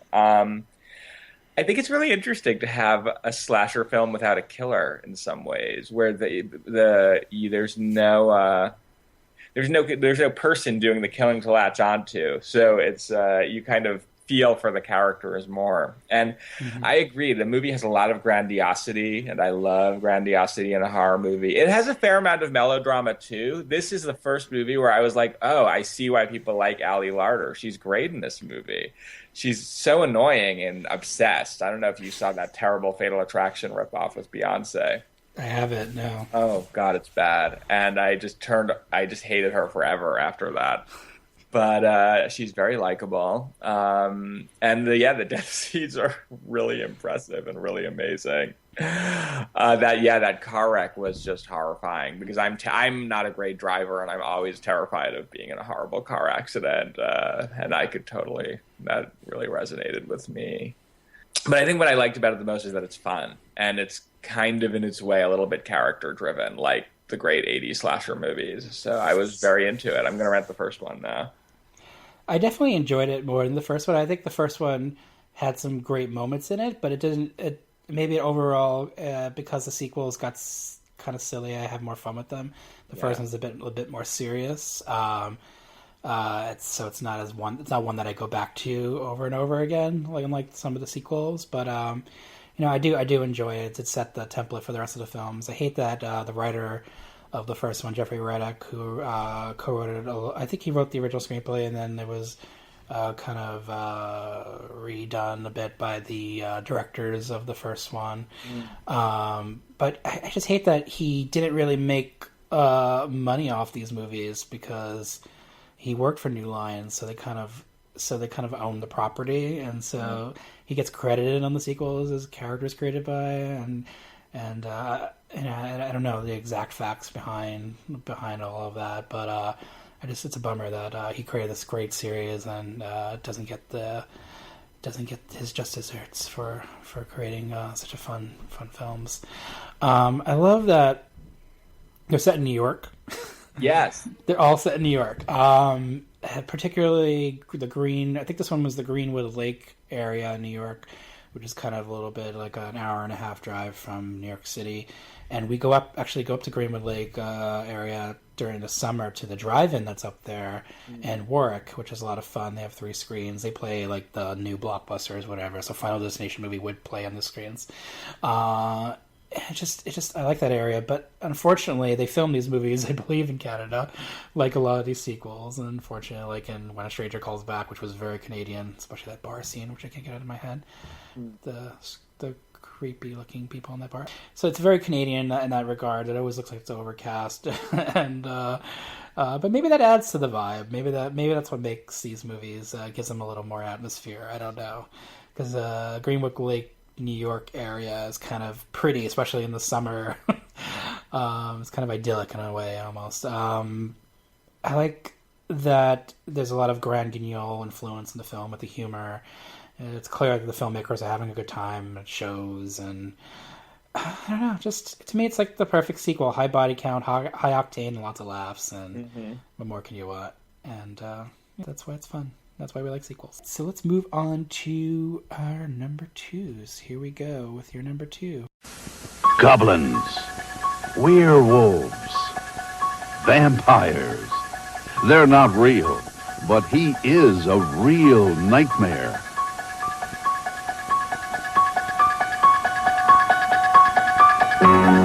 Jamie Lee Curtis, Donald Pleasance.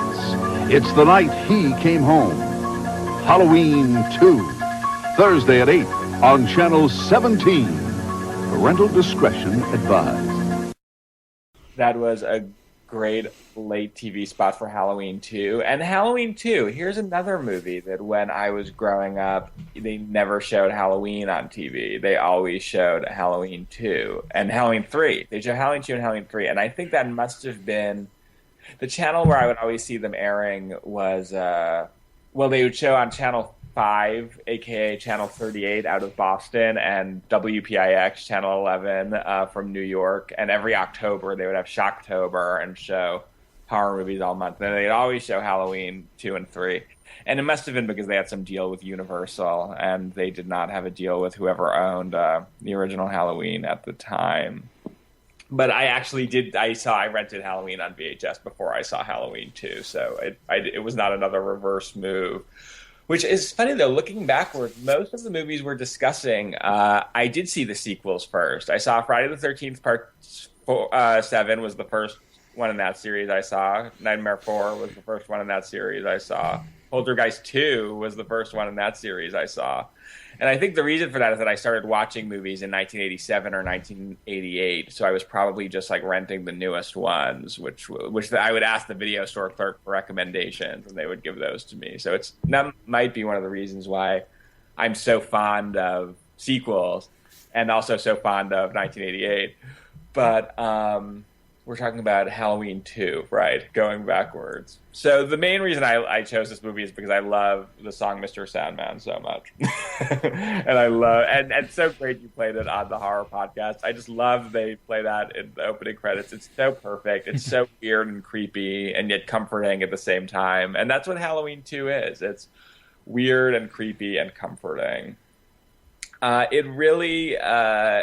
I think because it was always on TV, it's perfect actually that you showed that commercial, because it just really reminded me of watching horror movies on TV when I was the most obsessed with them, which was probably the early 90s. That was when I was really just discovering them and watching all of them. And there was that bloom of passion that hadn't been rubbed off from just watching 18 million of them 100 times. I loved that it started right, like the second that Halloween ended. I thought that was so cool, and it's interesting looking back because just how your sensibility and how your awareness of film style hones itself over the years. Because the first time I saw Halloween 2, I think I was in, God, I don't know, I might have even been in like 3rd grade or 4th grade, super young. I rented it right after I saw Halloween. And I thought that it was like stylistically a perfect continuation of the first one. Like, I was like, oh, this is almost like if the first one had been made as a 4-hour movie, this is exactly as it would have been. I didn't even notice that the score was so drastically different, so synthesizery. And I love the synthesizery score. It's very like high octane. Like, let's go to a stadium and hear the score played while we like scream and cheer like we're at a rock band. But watching it now, it's interesting because in some ways it captures the tone of the first one really nicely. And then in other ways, it's so different.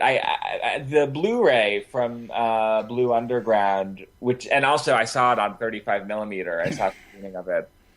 Really made me realize how different visually it is. It's actually Scream Factory, right? I believe. Just whatever. Did I say? What did I say? Blue Underground. It's okay.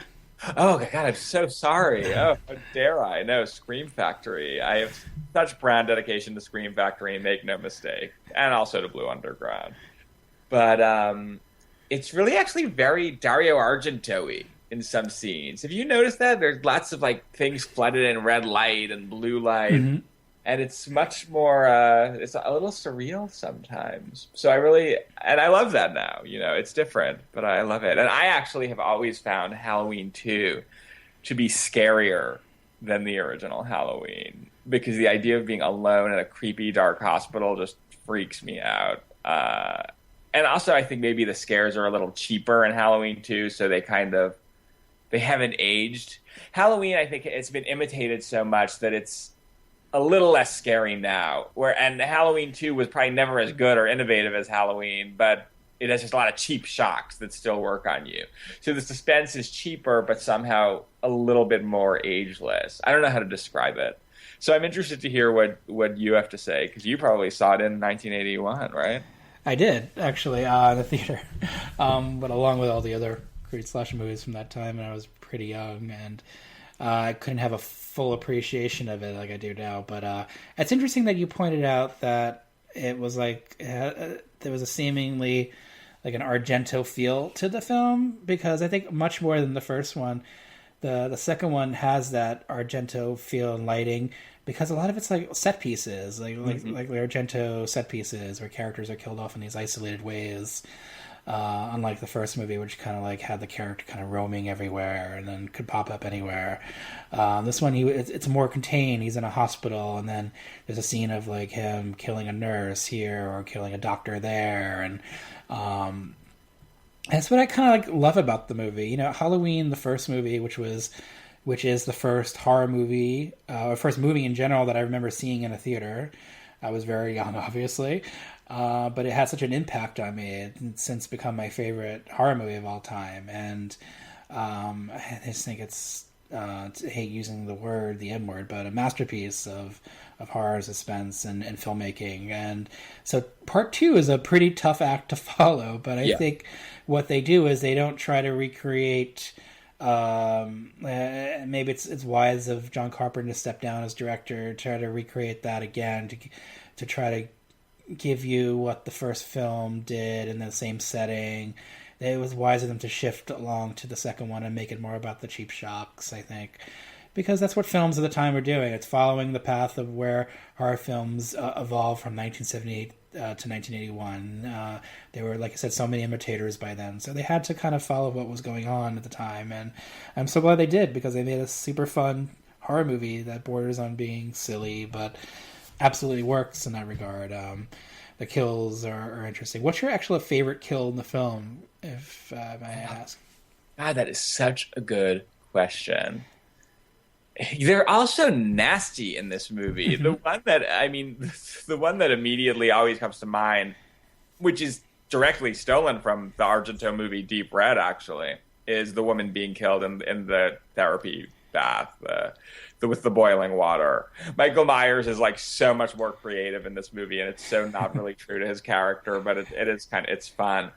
But I probably once would have said it was my favorite, but it's almost so ugly and so horrible that I find it a little bit hard to watch now. Like, I almost want to look away. The older I get, the more I have empathy for these characters. What I like? I like the doctor who gets stabbed with a needle in the eye. That one is the one that I find the most, fun. That's a good one. That's a good one. I I kind of gravitate towards the nurse in the hallway when she gets stabbed, and Michael picks her up with the knife, and her shoes drop off. I think that one kind of always stuck out in my mind watching that when I was a kid, and like you mentioned, the hot tub scene. I think it's a prerequisite of 80s slasher movies to have a hot tub scene. So I'm glad. Even though they were in a hospital, they utilized the hot tub in some way. So very 80s, and that's kind of why I like Halloween 2 so much, because you have your very 70s horror movie with Halloween 1, and then you get your very 80s experience with Halloween 2. Yeah. And then with Halloween 3, you get another totally different experience, and then that's why the first three movies are so fun for me and masterpieces in their own different ways. And then obviously the quality shifts with later sequels, but I do like 4 and 5. I will go on record as saying that, and I hope to do a podcast covering some of those later Halloween sequels for maybe hopefully Halloween.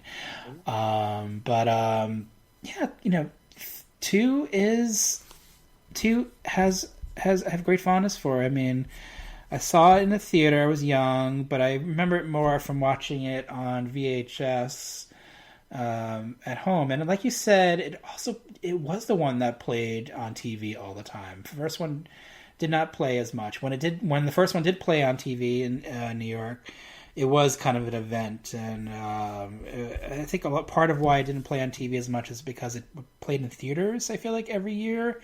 In the early 80s, like until like maybe part 2 rolled around or part 3 rolled around, Halloween was like re-released every year. So it wasn't on network TV as much, but famously Halloween 1 was released, its network premiere in 1981, had the extra scenes, which we talked about on a previous podcast, and we're so grateful for those that they shot for the part 1. Also, I love, love Laurie's look in this movie. Yes. Her hideous wig, as I like to say, is truly hideous because it does not match the first film at all. But Jamie Lee Curtis, who we do mention very often on these podcasts, and that's a very good thing, I think. She needs to have love. Much love on every podcast, so we will mention her. Her wig is pretty bad. She had cut her hair, I believe, by then. And, for Trading Places, right? She was filming Trading Places like at the same time or something. I think she did Trading Places after her horror reign had ended with Halloween 2. Okay. She did. I think she might have moved on to Road Games, and she cut her hair there. Her character is kind of immobilized for most of the movie, and that's kind of a bummer. She doesn't get to do as much as she should have, but it's kind of realistic to maybe the events of the first movie.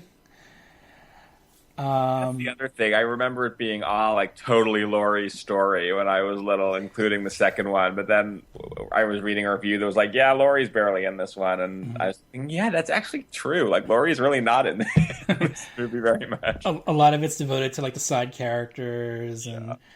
like some of the sleazy guy who works at the hospital and the nurses and then I haven't mentioned Donald Pleasance. A lot of Donald Pleasance's performance is more of the same from the first one, but he kind of goes a little bit more over the top, and I do enjoy that about his character arc in these films. He gets progressively crazier as these movies go along, and that's again staying true to what he might have been going through as a real character in real life.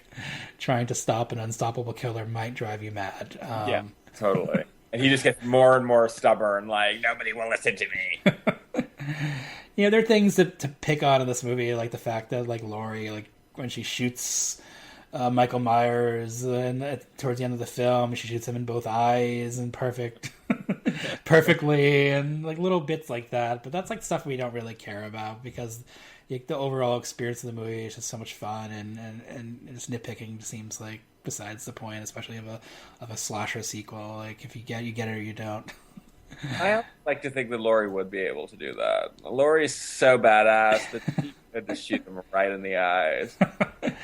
even while drugged. Even while drugged with a broken leg and barely able to move. And she's up to the task so much more than, say, the Lance Guest character. I forgot his name in the movie. Forgive me, Jimmy. Yes, who slips on that pile of blood, and in the I guess the theatrical version, he's presumed dead.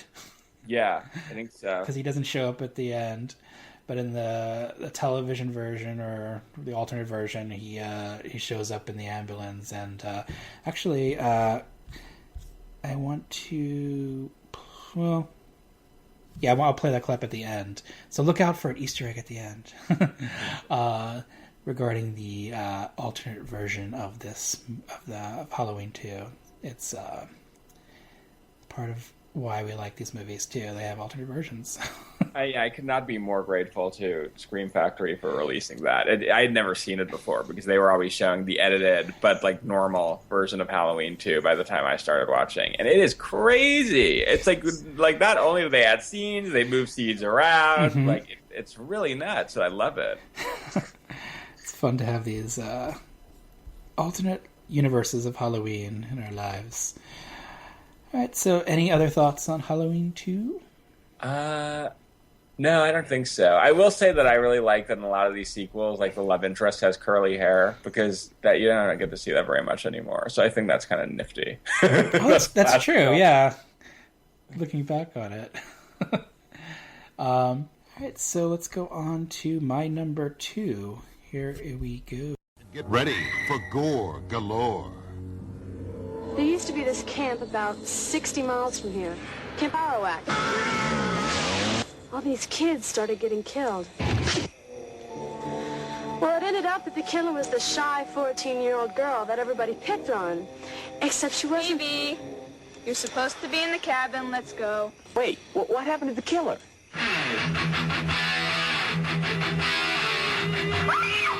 Whatever happened to the good kids in the world? Oh, don't talk like that, Uncle John. There's lots of good kids. We just have to weed out the bad. Remember, ladies, nice girls don't have to show it off. Where's Phoebe? I had to send her home. I found her doing things with the boys last night that she had no business doing. I know the rest of you are nice young ladies and you won't get into any trouble. Let this be a lesson to you. Say no to drugs. Camp Rolling Hills is the best. Oh, I'm a happy camper. I love the summer sun. I love the trees and forests. I'm always having fun. I don't like being the wicked witch of the West. Hey, But I know what happens when things get out of control. you're gonna tell. I'm a happy camper. I love the Christmas sky. And with the grace of God, I'll camp until I die. Good night, campers. Sleepaway Camp 2. Sign up and become a dismember. Warehouse ship date November 16th. So that was the trailer for Sleepaway Camp 2, Unhappy Campers. So yeah, yet another 1988 film discussed on this podcast. Sleepaway Camp 2 is the hilarious sequel to the first film that I totally dug when it first came out. It was shot back to back with part 3. I think they did it in 6 weeks on a very low budget, and introduced Angela back into our lives after a hiatus, and I'm so grateful that they did. This movie is completely out there and insane. It's a hybrid comedy horror. At least I hope it's a comedy, because I find it completely hilarious. I don't know about you guys out there. How about you, Ben? Oh yeah, it's totally hilarious. So it was like a made for home video. It had a direct-to-video premiere in August of 1988 and released by Nelson VHS. I hope you guys remember Nelson VHS. They kind of were like an offshoot of Embassy, or maybe they evolved into Embassy. And from Nelson, I think they became like Castle Rock or something. But I have a great fondness for the Nelson VHS label. They do When Harry Met Sally too. It's like 1988. Look for Sleepaway Camp 2 and When Harry Met Sally. Exactly. I think Harry Met Sally came out in '89. So then that was kind of the tail end of Nelson, and then like Rob Reiner kind of dissolved it and became Castle Rock or something by that point, or a little later. But these little labels, they release these movies. I'm not a big direct-to-video movie fan or direct-to-video horror sequel fan. There were plenty of them coming out, especially in the late '80s and especially the '90s, I should say. But this movie came along at the right time, and I was in the right place. I was a fan of the first movie, which is completely different in tone. It's much more of a gritty, early '80s feeling slasher movie that revolved around teenagers and pretty young kids. Part 2 definitely goes more for the gusto with the comedy and the silliness, but it's like a Ramones song. It's fast, furious, and very entertaining from beginning to end. And there's some filler here and there to pad out the running time, but I think it works. And I think a lot of why the movie works is because of Pamela Springsteen's performance. I think it's one for the ages, actually. She balances the comedy in such a great way. I mean, she kind of plays it straight, which is the way you should play comedy, especially in a horror movie. And but you sense like an intelligence behind her eyes, a playfulness, and she's having fun. I think she's relishing the character and shocking behavior. And I like all the side characters in the movie. I absolutely love Allie the bitch character. The characters in these movies were named after brat packers, much like Final Destination, the first two films where they were named after like horror directors. This one when they were named after brat packers, and the bitch character is played by Allie, or the character's name is Allie, and gosh, she's such a crazy bitch tramp. She rivals the bitchiness of Judy from the first movie. And she gets maybe the best bitch death ever. Oh, yes. Exactly. The death scenes are something to behold in this movie, and I'll let you take it from here. Is it weird that I sort of feel sorry for Angela in this movie? Like, she's really trying to be a positive camp counselor and get into the spirit of it, and just everyone makes fun of her, and I don't know. I always just felt a little sad. Then she, becomes a total psycho bitch, and you say, commits some of the most ghastly murders ever committed on film. And, we don't really share a value system. She's very prudish. She doesn't approve of sex or alcohol or swearing or whatever.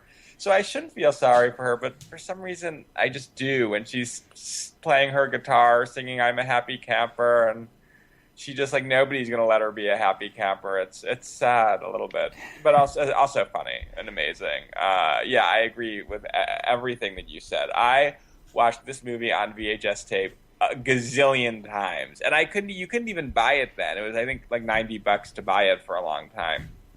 So I would just rent it every weekend. And it was great because in addition to being funny and having really great bitchy dialogue, and it had and really, really gory, nasty, hilarious death scenes. It had tons of nudity. And I loved movies with female nudity, even though I was gay. And even though I knew it at the time, I was still very drawn to naked breasts. I think because they were forbidden. And this movie has gajillion of them. So it really has everything. I was in, I think, 7th grade when I discovered this movie, or sixth grade. Nah, maybe somewhere between 5th and 6th grade. And that's a perfect age to discover this movie, because it has everything that between prepubescent and pubescent boy would want to have. Whether you're gay or straight, because it also has this crazy, campy, over-the-top female villain. It's just amazing. And yeah, you ought to be to talk a little bit about the death scenes. The evil bitch gets it. She's drowned in an outhouse, which is just filled with leeches, an outhouse filled with leeches. I love that she's the one who swears. And that drives Angela crazy. So she's like, "Tell us, with your dirty mouth, what's in the outhouse?" Like, shit. Oh, it's so beautiful. beautiful. That's for being a shitty friend or something. Yeah. She have like a whole list. Like she's like, you're a shitty friend, and you're a shitty camper, and you're a shitty person. Yeah. Then there are the shit sisters, who are amazing. Oh my gosh, yes. They adapt the Happy Camper song, make it about how they love to drink and fuck, and they both get burned on a barbecue. And I showed that to Jason, my partner, and I was like, ha ha, isn't that great? And he was like, I think that's awful and disturbing. And I was like, really? Dude. It's one of those times when you're like showed to yourself in a mirror and you don't know if you like what you see. And it's kind of one of those movies, either you're with it or you're like, okay, yeah, I think that's I must be going now. Whatever happened to Pamela Springsteen? I don't know. I think she moved away. She moved away from the acting world. I'm not sure if it was because of music or not. I know she was into music as well, much like her very famous brother. But it's like very true of like a lot of people who had success early. They just, it peters out after a while, or you don't get the roles that you want, and then you just kind of like, I guess your attention shifts elsewhere. Like a lot of our famous favorite stars of the '80s have, moved on to like either other things, like whether it's like plays or having a family or whatever. But I'm not sure her story exactly, and but it's sad. I think she delivers a great performance here. I think in both the 2 and 3. I haven't gotten to 3. I do like part 3. I just think 3 kind of changes the tone a bit more and gets a little more a little darker and more serious, which is fine. But it also feels a little bit like they ran out of steam because they did shoot these movies back to back and so quickly, and I think part 2 gets overloaded with all the great stuff, and part 3 kind of gets the short end of the stick because the death scenes are kind of repeated and they're not as fun. But in a way I'm glad they did that way, because then I have part 2 to love forever.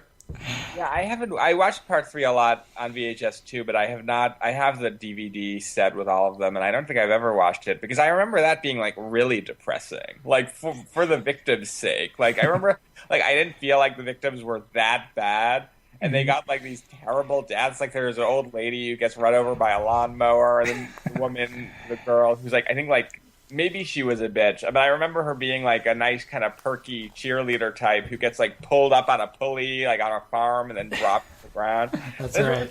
God, Angela is so mean. She's spiraling out of control by part 3. Yeah. The part 2. Oh yeah, part 2 is kind of like the serial mom of the 80s. Yes, so true. Where she takes these things completely out of proportion and just kind of like any little thing bothers her.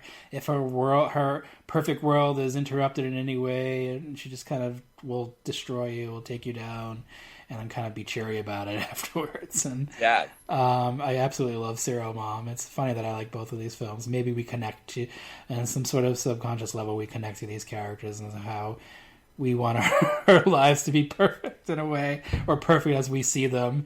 And well, it's interesting because on one level, I think that that's very true. And yet on another level, I think that Angela and Serial Mom, and we have different perspectives because I grew up in a suburb very similar to the Serial Mom suburb. Mm-hmm. Angela and Serial Mom are basically like all the friggin' mothers in suburbia where I grew up. Not my mother. But, like, I mean, my mom and I went to see Serial Mom, and we're laughing about how, oh, she's so much like this person and that person.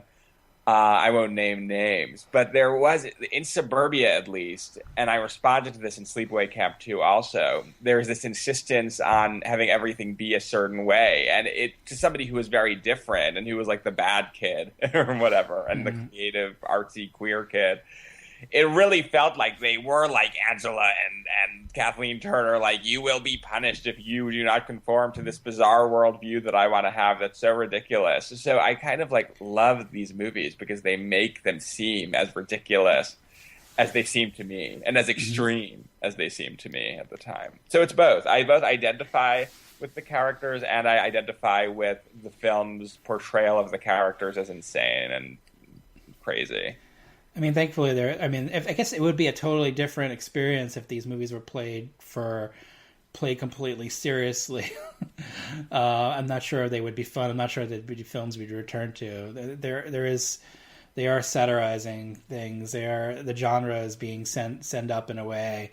They're giving you body count films, but they're having silly fun with it, and I think a lot of it is knowing, and that doesn't always work for me with horror movies when movies are way too knowing and kind of do it in a way that's kind of overly silly. But these movies capture that tone. Even though they're so different from the first movie, especially the second one is so different from the first film.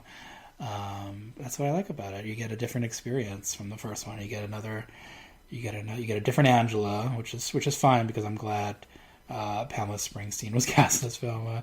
No offense to the actress of the first film, who I believe was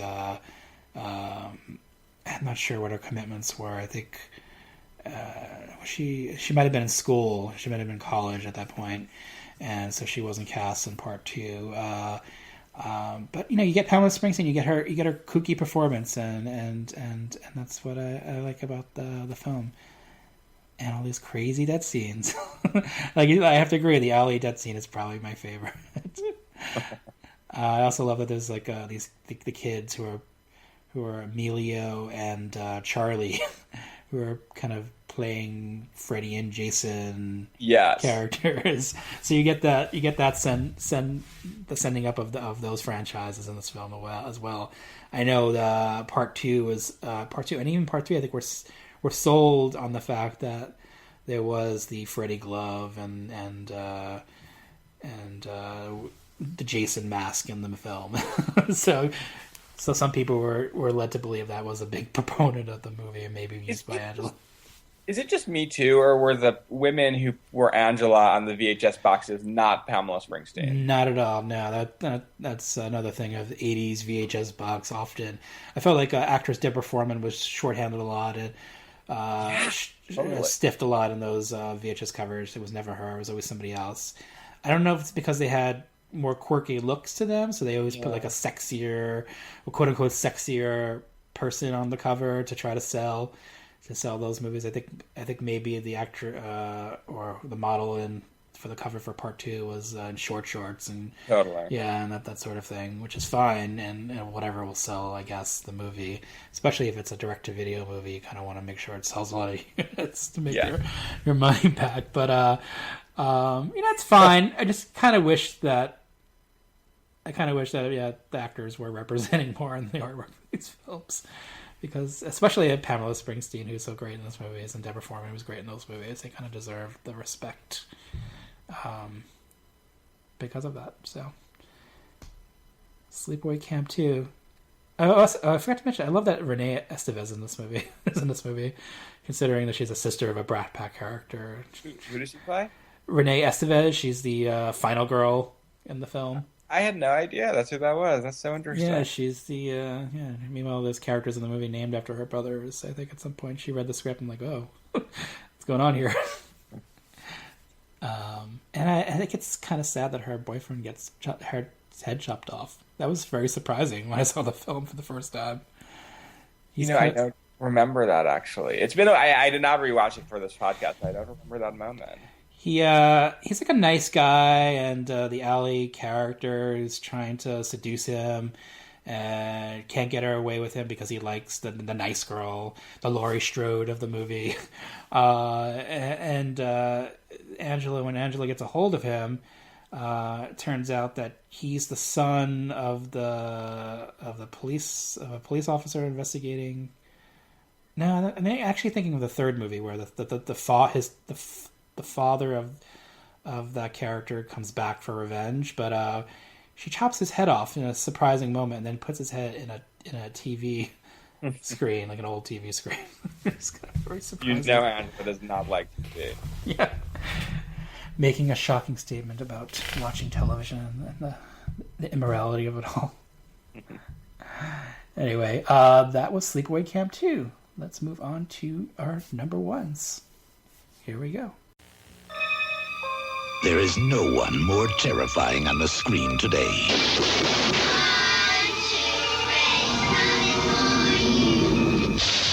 was the first in fear. And you thought it was only a movie. It's a brand new nightmare. Welcome to Wonderland, Alice. A Nightmare on Elm Street Part 4, The Dream Master, rated R. Starts Friday at theaters everywhere. A Nightmare on Elm Street 4, The Dream Master. The first Nightmare on Elm Street movie that I ever saw. I saw it before I saw any of the Friday the 13th movies or the Halloween movies. Interesting. This was the first franchise of the great big franchises that I discovered, and that was fortuitous because the Nightmare on Elm Street movies are my favorite movies of all the franchises. They're the ones that I watch the most. They're the ones that they really resonate with me. I love the Friday the 13th series with all of my heart. I love the Halloween series, but to me, the Nightmare on Elm Street movies are really getting at something about my life experiences. I think talking again about sending up the kind of hypocritical, repressed nature of suburbia and how dangerous and toxic it is. The Nightmare on Elm Street movies do that fabulously well, and I think that's probably because Wes Craven, that was such a thing that he was into. You know, he kind of focused on that in The Hills Have Eyes and Last House on the Left, and he really laid that groundwork in the first Nightmare on Elm Street. And the sequels carried it on really well. All of the Nightmare on Elm Street sequels demonstrate a very healthy ambivalence towards adult institutions, like be it schools or parent groups or mental health facilities. And these were, of course, all the people who protested the Nightmare on Elm Street movies when they came out, said they were dangerous for kids. I actually wasn't that nuts about the Nightmare on Elm Street for when I rented it. I'm ashamed to admit this, and the reason is because it shows you how ignorant I was and how much horror movies were kept away from us. I discovered them anyway. But when I heard about Freddy Krueger, this creepy killer with long nails, I thought that they were talking about the little demon elf on the cover of Gothic. Do you remember that? The Ken Russell movie? Oh, yeah, okay. And I always would see that cover at the video store, and I was like, that looks awesome. There was this little evil demon elf with really long nails over Natasha Richardson with flowing blonde hair, and I was like, I got to see that movie. So I was trying to ask around, who is this horror movie thing with long nails? And they were like, oh, Freddy Krueger. So I rented a Nightmare on Elm Street 4, and I'm sure it was when it was on the new release shelf, because I remember seeing the posters at the video store, and I was like, that is definitely not the little elf from the Gothic cover, and there's no flowing blonde hair, and this is not what I wanted to rent. So I was disappointed by it. But I eventually came to I then shortly after that watched the original film and adored it, and then I watched all of them, and then I came back to Part 4, and it was immediately one of my favorites. And the reason I love it so much is that this is when the series had really taken off. And Nightmare on Elm Street 3 was an unheard of blockbuster. Even Joan Rivers was talking about what a surprise hit it was on her show. I've seen that on TV. It was on the news, oh my God, there's this crazy movie that's such a big hit, A Nightmare on Elm Street 3. So they knew with A Nightmare on Elm Street 4, it had to be epic and it could reach a lot of teenagers. So they made it really trendy, really MTV. This was kind of the period of 80s, 50s nostalgia, the post Back to the Future, Peggy Sue got married moment. Yeah, totally. So the whole thing has a weird kind of feel where the 50s and the 80s meld. And it really works for the Nightmare on Elm Street series because I don't know when we're supposed to assume that Freddy Krueger was killed, but I always assumed it was at least, the 60s. So it's just, you really feel how the past is hovering over Elm Street, the sins of the parents, which is I always really loved. I think a lot of teenagers really could relate to. This has some of the greatest side characters in the franchise. You were talking about the side characters we really love, who we don't want to be killed. And Debbie, obviously, the weightlifting, dynasty watching fabulously permed Debbie. Like, she was not supposed to die ever. Huge hair, huge. Biggest, most gorgeous hair. She was supposed to get her own franchise. That's what was supposed to happen, but it doesn't. I also like, her name is escaping me now. The African-American brainy girl who makes the roach killer. Do you remember her name? Sheila. Sheila, yes. I love her. She's so charming and lovable, and I hate the way she dies in this movie because it's very creepy and rapey, and it just makes me so depressed. She's the one who Freddy says, "Let's suck face," and then he sucks the life out of her, and her eyes bug out of her head, and it looks kind of neat, but it's also disgusting. That's the greatest soundtrack. I mean, one of the best horror movie soundtracks ever. You got the Divinals and Dramarama, Blondie, Sinead O'Connor, that other short-haired, earthy singer. The most perverse use of her song, "Put Your Hands on Me." Is that what it's called? Mm-hmm. She could not have been happy with that. It plays, of course, when, spoiler alert, Debbie's working out and Freddy destroys her body and turns it into a roach, a gigantic roach, and then she checks into a roach motel, as they said in the book, The Nightmare Never Ends, which some of you might have had, the great Nightmare on Elm Street coffee table book. And then he squishes her. And it is definitely one of the best death scenes in 80s movie history, but also terrible because I love Debbie so much. Fun fact, Brooke Theiss, who played Debbie, was in Just the 10 of Us with Heather Langenkamp. I totally watched that show, by the way. I watched it too. I mean, how can you not with such a great cast? I remember always being a little disappointed, thinking they both deserved a little bit more. But it was cute. It was charming. So I guess I think that's all. Oh, well, no, one more thing is that I think that Alice, her kind of journey in this movie, it's similar to Friday the 13th Part 7, in that it's a little bit melodramatic, it's a little bit Carrie-esque. She's sort of a wallflower who finds herself through what's happening to her friends, which that's a narrative, unlike Friday the 13th, that the Nightmare on Elm Street movies came to again and again and again. It was all how can you find yourself through the horrors that you experience? And I related to that a lot. I still do, and I love that trope. But Alice's journey is really, really great. And the final montage where she uses the powers of all the friends that she's lost to fight Freddy. It's just totally epic and amazing, and let me just say, 1,000 times more powerful than Freddy versus Jason could ever have hoped to be. And I was like, why didn't they learn? Now, Nightmare on Elm Street 4 is very grandiose. Freddy's resurrection is grandiose. It's all very epic. And I was hoping that Freddy versus Jason would be that epic, and it was not at all. So that's kind of a tangent. But that's one of the main things I love about this movie, the sheer epicness of it. And it was a gigantic hit. It satisfied all of their New Line's desires for it. So I just talked up a storm. I cannot stop talking about this movie. So, Michael, I really want to hear what you have to say about it. So everything that can be summed up about Nightmare on Elm Street 4, The Dream Master, for me, can be said in 2 words. And here they are. Fucking A.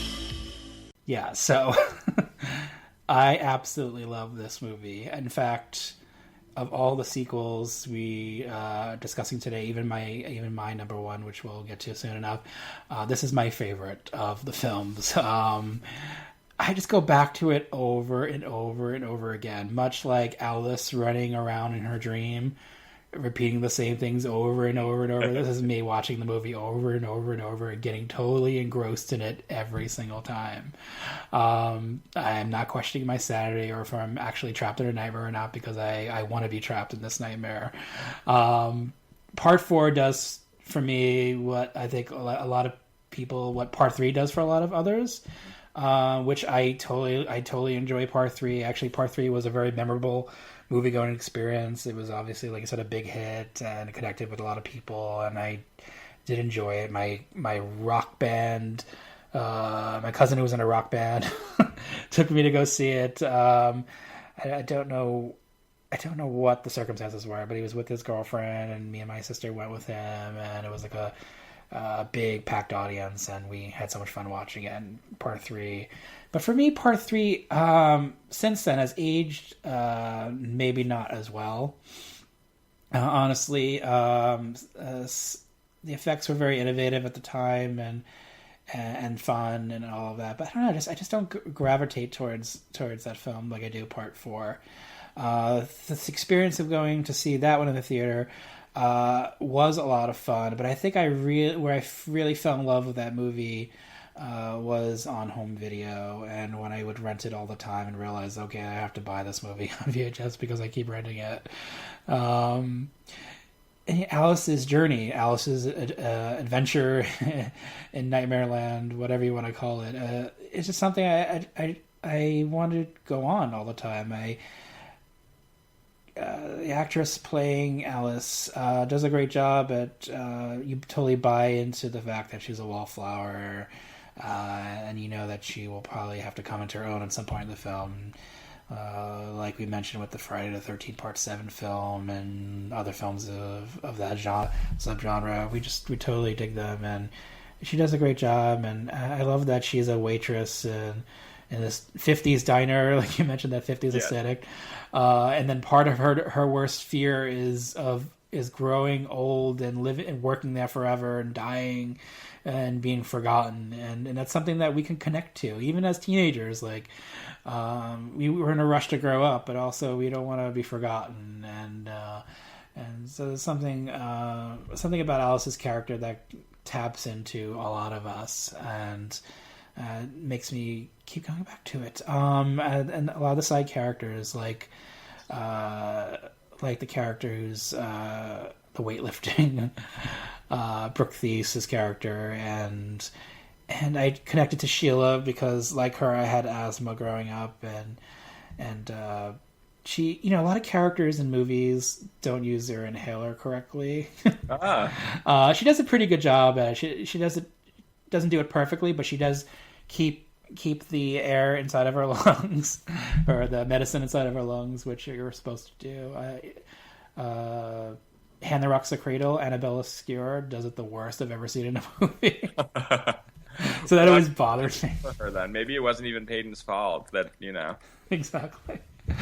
But she does a great job. I connected to her character. I felt really bad when she died. And like for all the characters, I felt bad when they died. Yeah. I didn't want them to go. The brother character, I have a kinship with the film because I was close to my younger sister at the time, and we watched this film a lot. And it's essentially about a brother and a sister dealing with their drunk father, who's almost like a bigger villain than Freddy in a way, because he doesn't get them, he's mean to them, and he just wants to be drunk and lost rather than taking care of his kids, especially when they're going through such a crisis. There's a lot going on in this movie, and Rennie Harlin, who was kind of hired to make this film, they went through a lot of choices of directors, and they were going through a writer's strike, and so they were in a rush to make this movie and make it by a certain deadline, and it was coming off the heels of the big success of the third film, and a lot of it was a rush job, but Rennie Harlin does a great job with it. He adds a lot of flair, a lot of visual flair, and panache, and I think bringing a European's point of view to the franchise was interesting, and I think they continued that with Part 5. I think the director was British, and maybe not as successfully, but there's a lot of interesting visual things in 4 and 5, even more so than 3 for me, and I don't know, I just love it. I have to admit that were you aware of the Freddy 900 number at the time that was very prominent in 1988? I've seen the YouTube on YouTube. I don't think I remember actually at the time. Did you call it? I called it. Yes. What was it like? Maybe I'll play a clip of that here. Oh yeah, great. Once again, foolish friends, Freddy Krueger is on your phone. Dial this number now. I've got some tales to tell. Freddy's favorite bedtime stories. Dead time stories. All brand new, straight from my boiler room to your home. It's Freddy Krueger on your phone. So dial this number now if you dare. Tell him Freddy sent you. $2 the first minute, 45 cents each additional minute. Children, get your parents' permission before you dial. Yeah, it was it was kind of silly, obviously, playing this trivia game, but I was hooked on it, and I got in kind of, sort of, not really trouble, but I called it a lot, and the obviously the bills, the phone bill was pretty high when that came, and my grandmother, who was my guardian at the time, who raised me, saw the phone bill and was like, "What is this?" And she was just kind of shocked by it, this huge phone bill. And she showed it to me, not so much accusing me, but just kind of like, "Can you figure out what is going on here?" And then I looked at the number, and I don't know if it said Freddie or if it said like the company that kind of had the phone line. Maybe that was the number, the name and the phone bill. And basically, I denied it. I lied. I didn't know what it was. Completely denied that I called a 900 number to play Freddy trivia.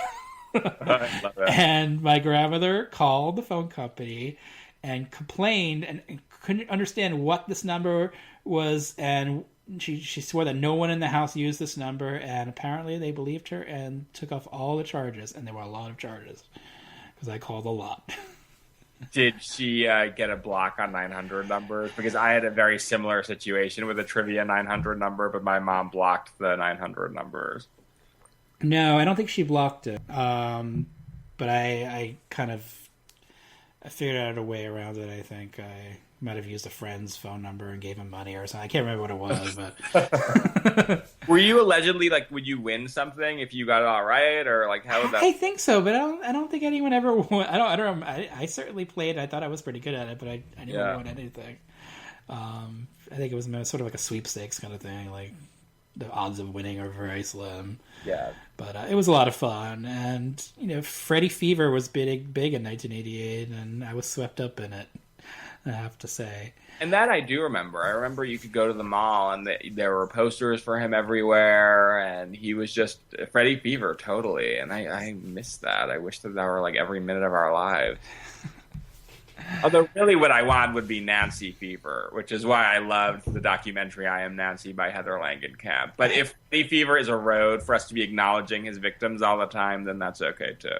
I haven't seen that documentary. Is it available somewhere? Yeah, you could order it from her website. You will be obsessed with it. Oh, I totally gotta order it today. Then you should. I love Nancy. Part of why I love 3 was Nancy returning. Part of why I don't like 3 is that Nancy gets killed off. Which one of the most devastating things to ever happen in any movie ever. I felt it was like slightly unceremonious. I mean, she's given a send off, but I just feel like it was like, after everything she's been through, don't kill off Nancy. She's a survivor. Yeah. And killing off the previous character from part 3 wasn't a big deal for me in this one. And though I like Tuesday Night's portrayal of that character, Patricia Arquette did not want to return for part 4 because she had other things going on and commitments, scheduling commitments, and I believe New Line, because they had to make this movie in a really small deadline, told her that we have to make this movie. It's either in or out, and she got upset, I believe. And I believe she hasn't worked for New Line since, and swears them off or something. There's a lot of animosity. I didn't know she was still angry. I think she held a grudge, maybe, but don't quote me on that. I don't mind that the character was killed off and introduced because you get this new character, Alice, and you get her world and her brother and her friends, and it's and I think some of the characters in this movie are my favorites in the series. So part of why I love it so much. Any other thoughts? No, well, actually, yes. Hair is a big thing for me today. Hair for me is like, I'm obsessed with it. I just want to say, like, I always wish that I could have Rick's hair in this movie. He has, that's Alice's brother. He has really, I always had a crush on him. I thought he was so cute. And he just had the best friggin' hair. It's so full. And the less and less full my hair gets over the years, the more. And mine was always really curly, and I couldn't do anything with it. But he has like this great moose, like, sculpture thing happening. Anyway, it's not really important, but I felt that it was important enough that I say that. Plus, he could do kung fu, which was kind of cool. I wish I could do that too. And that's that. That's all. Now, hair is definitely a big thing of this film and films of the late 80s. The Nightmare on Elm Street franchise is a really good hair franchise in general. It is, and the fashions. I think Debbie's fashions are fun to look at. Yes, if I were a girl, I would dress just like her. Like, you feel like her and Linda Blair and Savage Streets would be best friends. Oh my goodness, yes. They'd watch Dynasty together. They'd talk on the phone right after Dynasty every week. All right, we can move on. I'm sad too.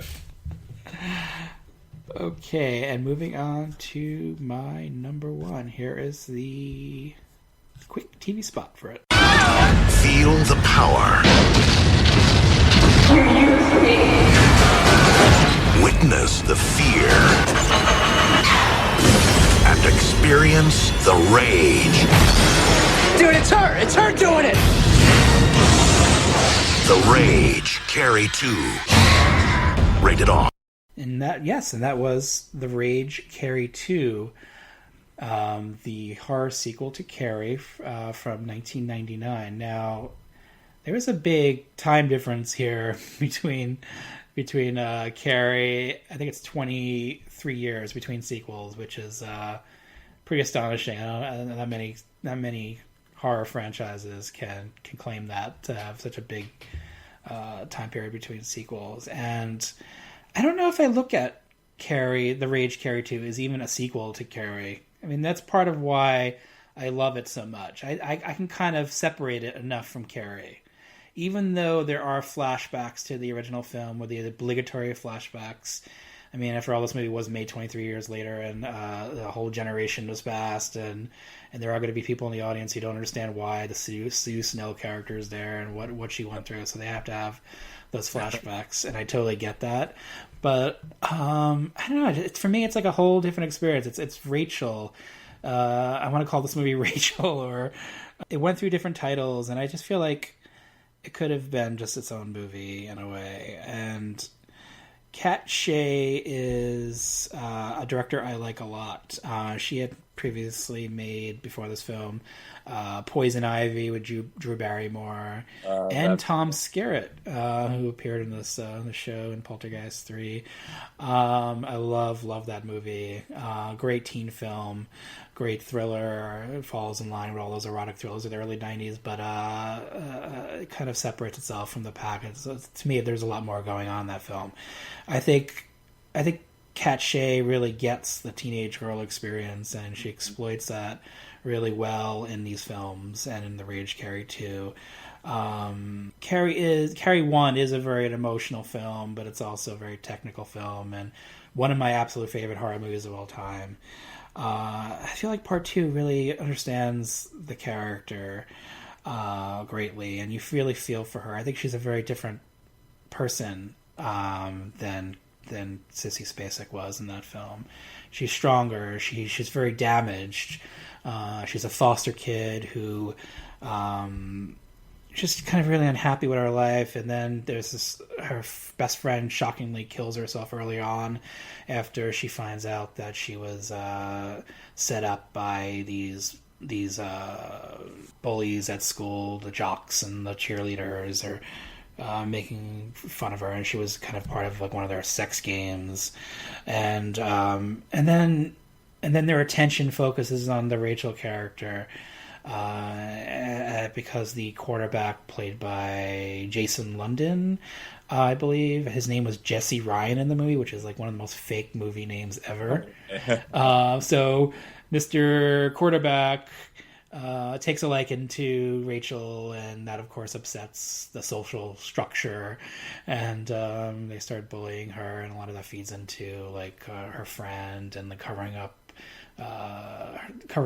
their responsibility for her suicide, and there's a lot. This is a teen slasher movie about suicide and all these big heavy themes. So it's taking itself seriously at the same time while getting a bit silly in certain places. And for me, the balance is pretty great. I like what Kat Shea does in this movie. She was hired several weeks into this movie being filmed by another director, and they just didn't like what MGM UA United Artists, I believe, didn't like what they were getting with the original director. So they brought her on, and she opted to reshoot some things and change things, rewrite things, and like Rennie Harlan, she had a small deadline to make a movie and to get it delivered, but she adds so much to the film. She gives it a personality. She gives the character Rachel a great arc, and you end up liking and sympathizing. And there's also kind of a complexity to some of the villains in the movie, which is unexpected. You see that the bullies are bullied themselves by teachers, and that there's a lot of stress to there's a lot put on them to succeed in playing football or being popular or whatever. And so there's some of that, and it's not heavy-handed, so heavy-handed where you kind of roll your eyes and don't care, but you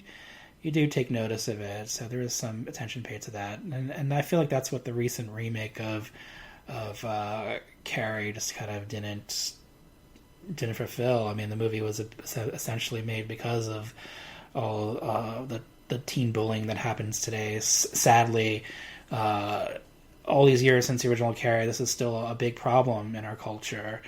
And I think Carrie, The Rage Carrie in 1999 addresses a lot of them and a lot of that in the film, and it points out all that bad behavior. And I like that a sequel can do that, can go to these ways and go these routes, and that's part of why I liked it. And how do you feel about the film? I remember very eagerly anticipating Carrie 2 when it came out in the theater, because at that moment I was obsessed with the original Carrie. I used to watch it literally every single day. I would come home from school and I would watch Carrie because, like whatever, a million seventh graders or however old I was, I really identified with her. I might have actually, it might have been a little bit after. I think it came out in the mid-90s. I might have been in high school, but it was just coming off of the middle school period where I would literally watch it every day. And I hated it when I saw it originally. I thought that, I don't remember. I remember I really hated the, spoiler alert, the shock ending where she just shattered. I thought it was really stupid. And I thought that, I remember thinking that, like, Sue Snell didn't have enough screen time because, of course, like, I just wanted the whole thing to be all about Sue Snell, which was not really a reasonable desire. And I remember being unhappy that the movie was less operatic than the original. It's a much less hyper-stylized film, I think, than the original. So I was excited to rewatch it because I know that you love it and a lot of critics and people I respect love it. And it was a total example of, like, what the fuck was I thinking when I saw it originally. I loved it. I thought it was just great in every way. And it's true, it's not as stylized and as epic as the original, but that totally works for this story. I thought that it was a really, really great idea to have Rachel not be like Sissy Spacek, not be just this cowering, sad, terrified girl. And I think there must have been a part of me that didn't like that at the time, because I was a lot like Sissy Spacek. And so I wanted probably more of that. But now I really, really like that they didn't go in that direction. She's a very interesting character. She has friends. She doesn't really become the target. This is, I think, interesting. She does not become the target just because she's like a nerd or because she's from a different class strata than the popular kids. although that is part of it, what really happens is, like you said, she becomes a target because she disrupts the social structure, because she refuses to allow for the cover-up of her friend's death, which is part of this big, misogynistic sex game the jocks are playing. And thus, she might get the jocks in trouble and they'll lose their athletic scholarships. And she dares to, allow this jock to fall in love with her and assume that she deserves to be in a relationship with him. And that, I think, is so smart because it really, in a way, as a social commentary, I even like Carrie the two more than Carrie, because it really just shows how much of this character's downfall is based in the patriarchy and is based in a need to maintain oppressive social norms and is based in sexism. And that's in the original Carrie too, but it's a lot easier to overlook it. It's not as forefronted. You kind of have to study to get it, which I do, But this was really accessible to anyone who would see it. Any teenager who saw this movie was going to get it. And I thought that was just great. I thought it was really moving. I thought that it was really one of the more moving love stories of the 90s. Carrie's relationship with Rachel's relationship with Jesse Ryan. And it was Emily Burgell, was that her name, who played Rachel? Yes. Who was a big theater actress and was in The Lion in Winter on Broadway with Dr. Channing. I thought she gives just a really great performance. Her first movie too. Yeah, was it her last movie? I don't remember. No, she's popped up in things since then. She was in a Daniel Waters movie called Happy Campers. The guy who wrote Heathers did that one. And now, interestingly, the final twist, her shattering, which I hated when originally. I loved it now. I don't think it's anywhere near as scary as the original, her hand reaching up.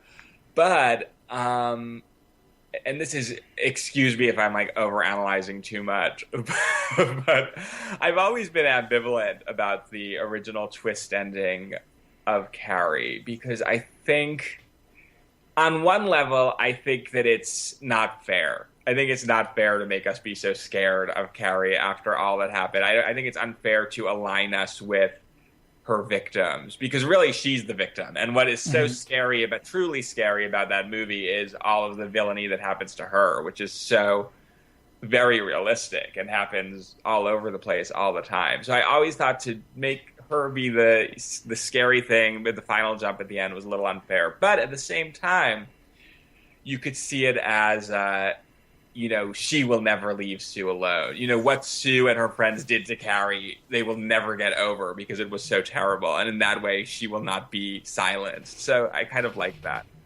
And it highlights the tragedy of what happened. And I think, again, in The Rage, Carrie shattering, coming back to her boyfriend and then just Rachel shattering, again, forefronts my chosen reading of the original alternate ending, which is that it just really makes you see how tragic it is that she's gone and that they won't be together, and that because the social structure was disrupted, this tragedy befell her. So I just really, really love it. And I think that it's unbelievably underrated, and I think it really did everything that the remake kind of said it was going to do, the kind of idea of an empowered Carrie for the current moment, but it does it much more successfully. And it does that by changing things a lot. Rather, you said it's not really a remake or a sequel. It just takes the themes in different directions. My final thing is, watching it now, I was actually, Sue Snell really gets a lot of screen time in this movie. It totally takes us on Sue Snell's journey in a really realistic way, which I am so happy that it did, and I think it works so well. I love Kat Shea for bringing back Amy Irving, and I think that's exactly what happened to Sue Snell. So I love it. I hate that she dies. Yeah, I was going to say, how do you felt about it? I can't stand it. But other than that, flawless. I think this movie really is ripe for rediscovery. Do you enjoy the whole dance slaughter scene at the end? The party slaughter scene? That I had a big problem with that when the movie originally came out too. I thought it was tacky. And I don't know. I think that her humiliation is in a way even more mean because she's so happy and they're dancing with her. And all the guys in this movie I found very, very hot. So I could I was like, yeah, that really sucks. Like those guys would never be interested in me in high school either. And like, it sucks that they're like dancing with her and making her feel exhilarated. And then the video footage of her having sex with the man. I mean, that's so awful and so right on to the kind of stuff that happens now, and so manipulative and just terrible. So that I love. But I remember thinking that her, the harpoon going into the guy's dick, and like it was just somehow a letdown after the brilliance of all the build up. So I don't know. It's not my favorite, but it's all right. It's obligatory, but yes. I totally got into it when I remember when it was in the theater. The audience was kind of like, maybe the movie kind of lost them a bit up until that point, but you can see how they were just like so excited when that sequence came up, and it kind of it delivers on the promise of a sequel to Carrie in that regard. So yes, there's a lot of gore and mayhem, and I definitely dug that about it, because the movie does have a good balance of other things in it. It's not just a gore movie, and in no way, actually. This is a horror movie that has a terrible 90s soundtrack, but it also manages to fit in Billie Holiday. Loved that. So there's definitely choices being made, and I think a lot of them are by Kat Shea, the filmmaker. I think when a director takes you on a journey, even though she doesn't have a flashy style like Brian De Palma or other directors, I think she's definitely making these choices because she cares about the character and cares about the characters, and that's mainly why I love the film. And I got to discuss a little bit of that with the film critic Amy Talbin, who used to come into the video store I was the manager of at the time, and she loved the film as well. I mean, this movie wasn't getting a lot of critical notice when it came out. It was just another sequel to another needless sequel, and in the post-Scream era or whatever. But she told me that she was contemplating on actually putting it in her top 10 list for the year. I mean, she didn't ultimately do that, but she loved it.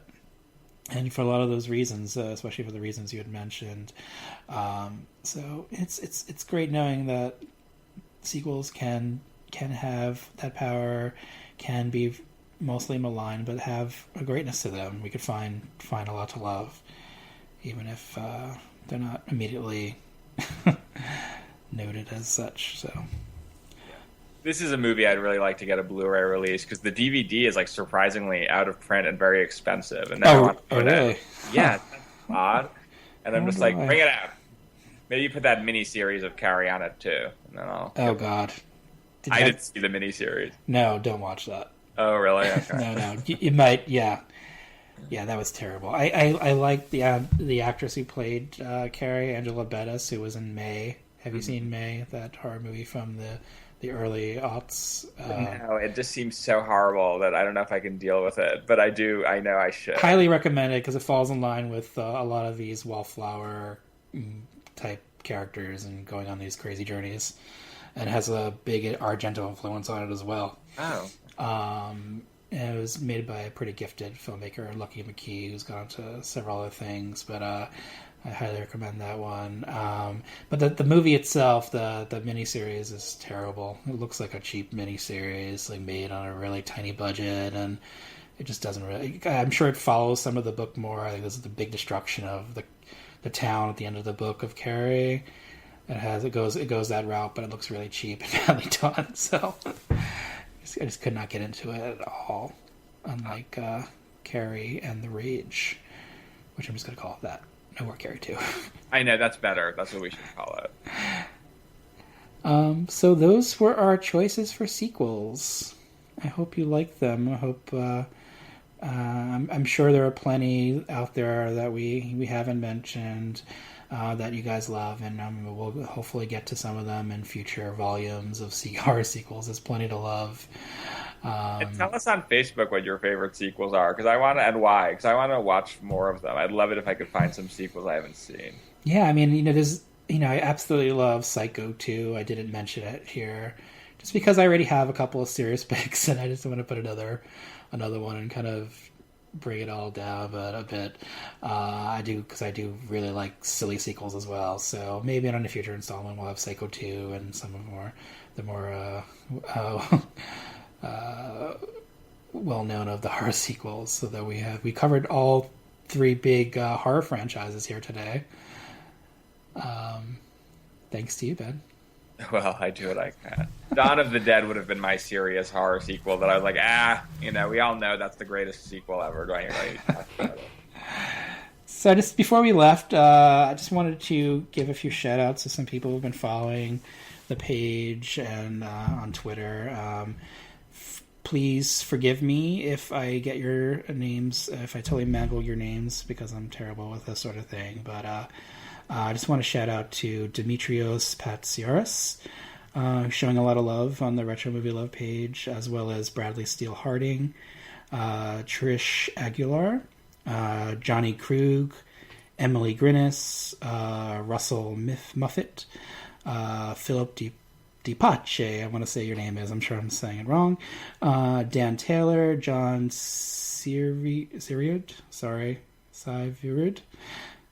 you can call and complain. Call number you can call. Kieran Edwards, Brian Sarr from the Rupert Pupkin Speaks blog, which is pretty great. Viva VHS, Lee Howard, Jim Smith, and Chris Moore. I want to thank you guys for following the show. And if I haven't mentioned your name, I'm sorry. I'm sure. Just give me a shout out. Give us a shout out on the page, and we'll mention you next time. And I'll add Jeffrey Berg and Korg Bauer to that list, who said nice commentary to me, and I know that they're watching and liking the show. So thank you to you guys, too. Yeah, thank you, guys. And it's great to be back together recording, although we had a lot of fun with the soundtracks, and we're going to continue those as we go along. Well, I hope that this sequel, this long-awaited sequel, lived up to... whatever all the originals from before the soundtrack podcast trend. I feel like it's been forever since we've done Touchstone. Yeah, it really has been. So but we're back. We're back. We're back. So we'll have to plan the next one. I'm eager to know what the next one's going to be. That's right. You'll have to. We'll have to figure it out, and then we'll let you know. Absolutely. All right, guys. So, we'll see you soon. Thanks for listening. See you later.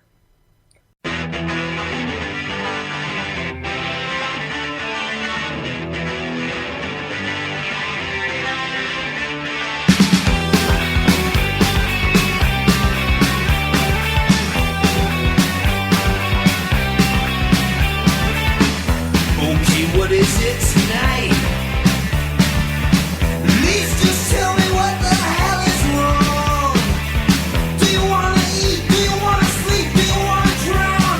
Just settle down, settle down, settle down. I'll give you candy, give you diamonds, give you pills, give you anything you want. $100 bills. I'll even let you watch the shows you wanna see. Just marry me, marry me, marry me.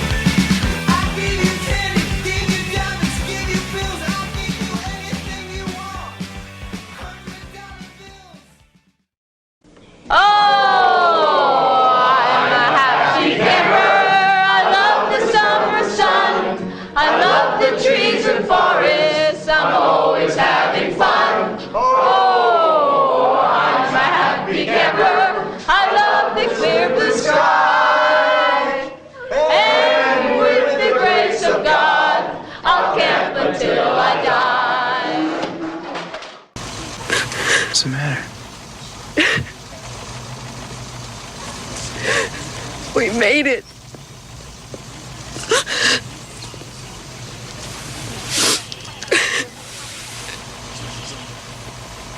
We made it.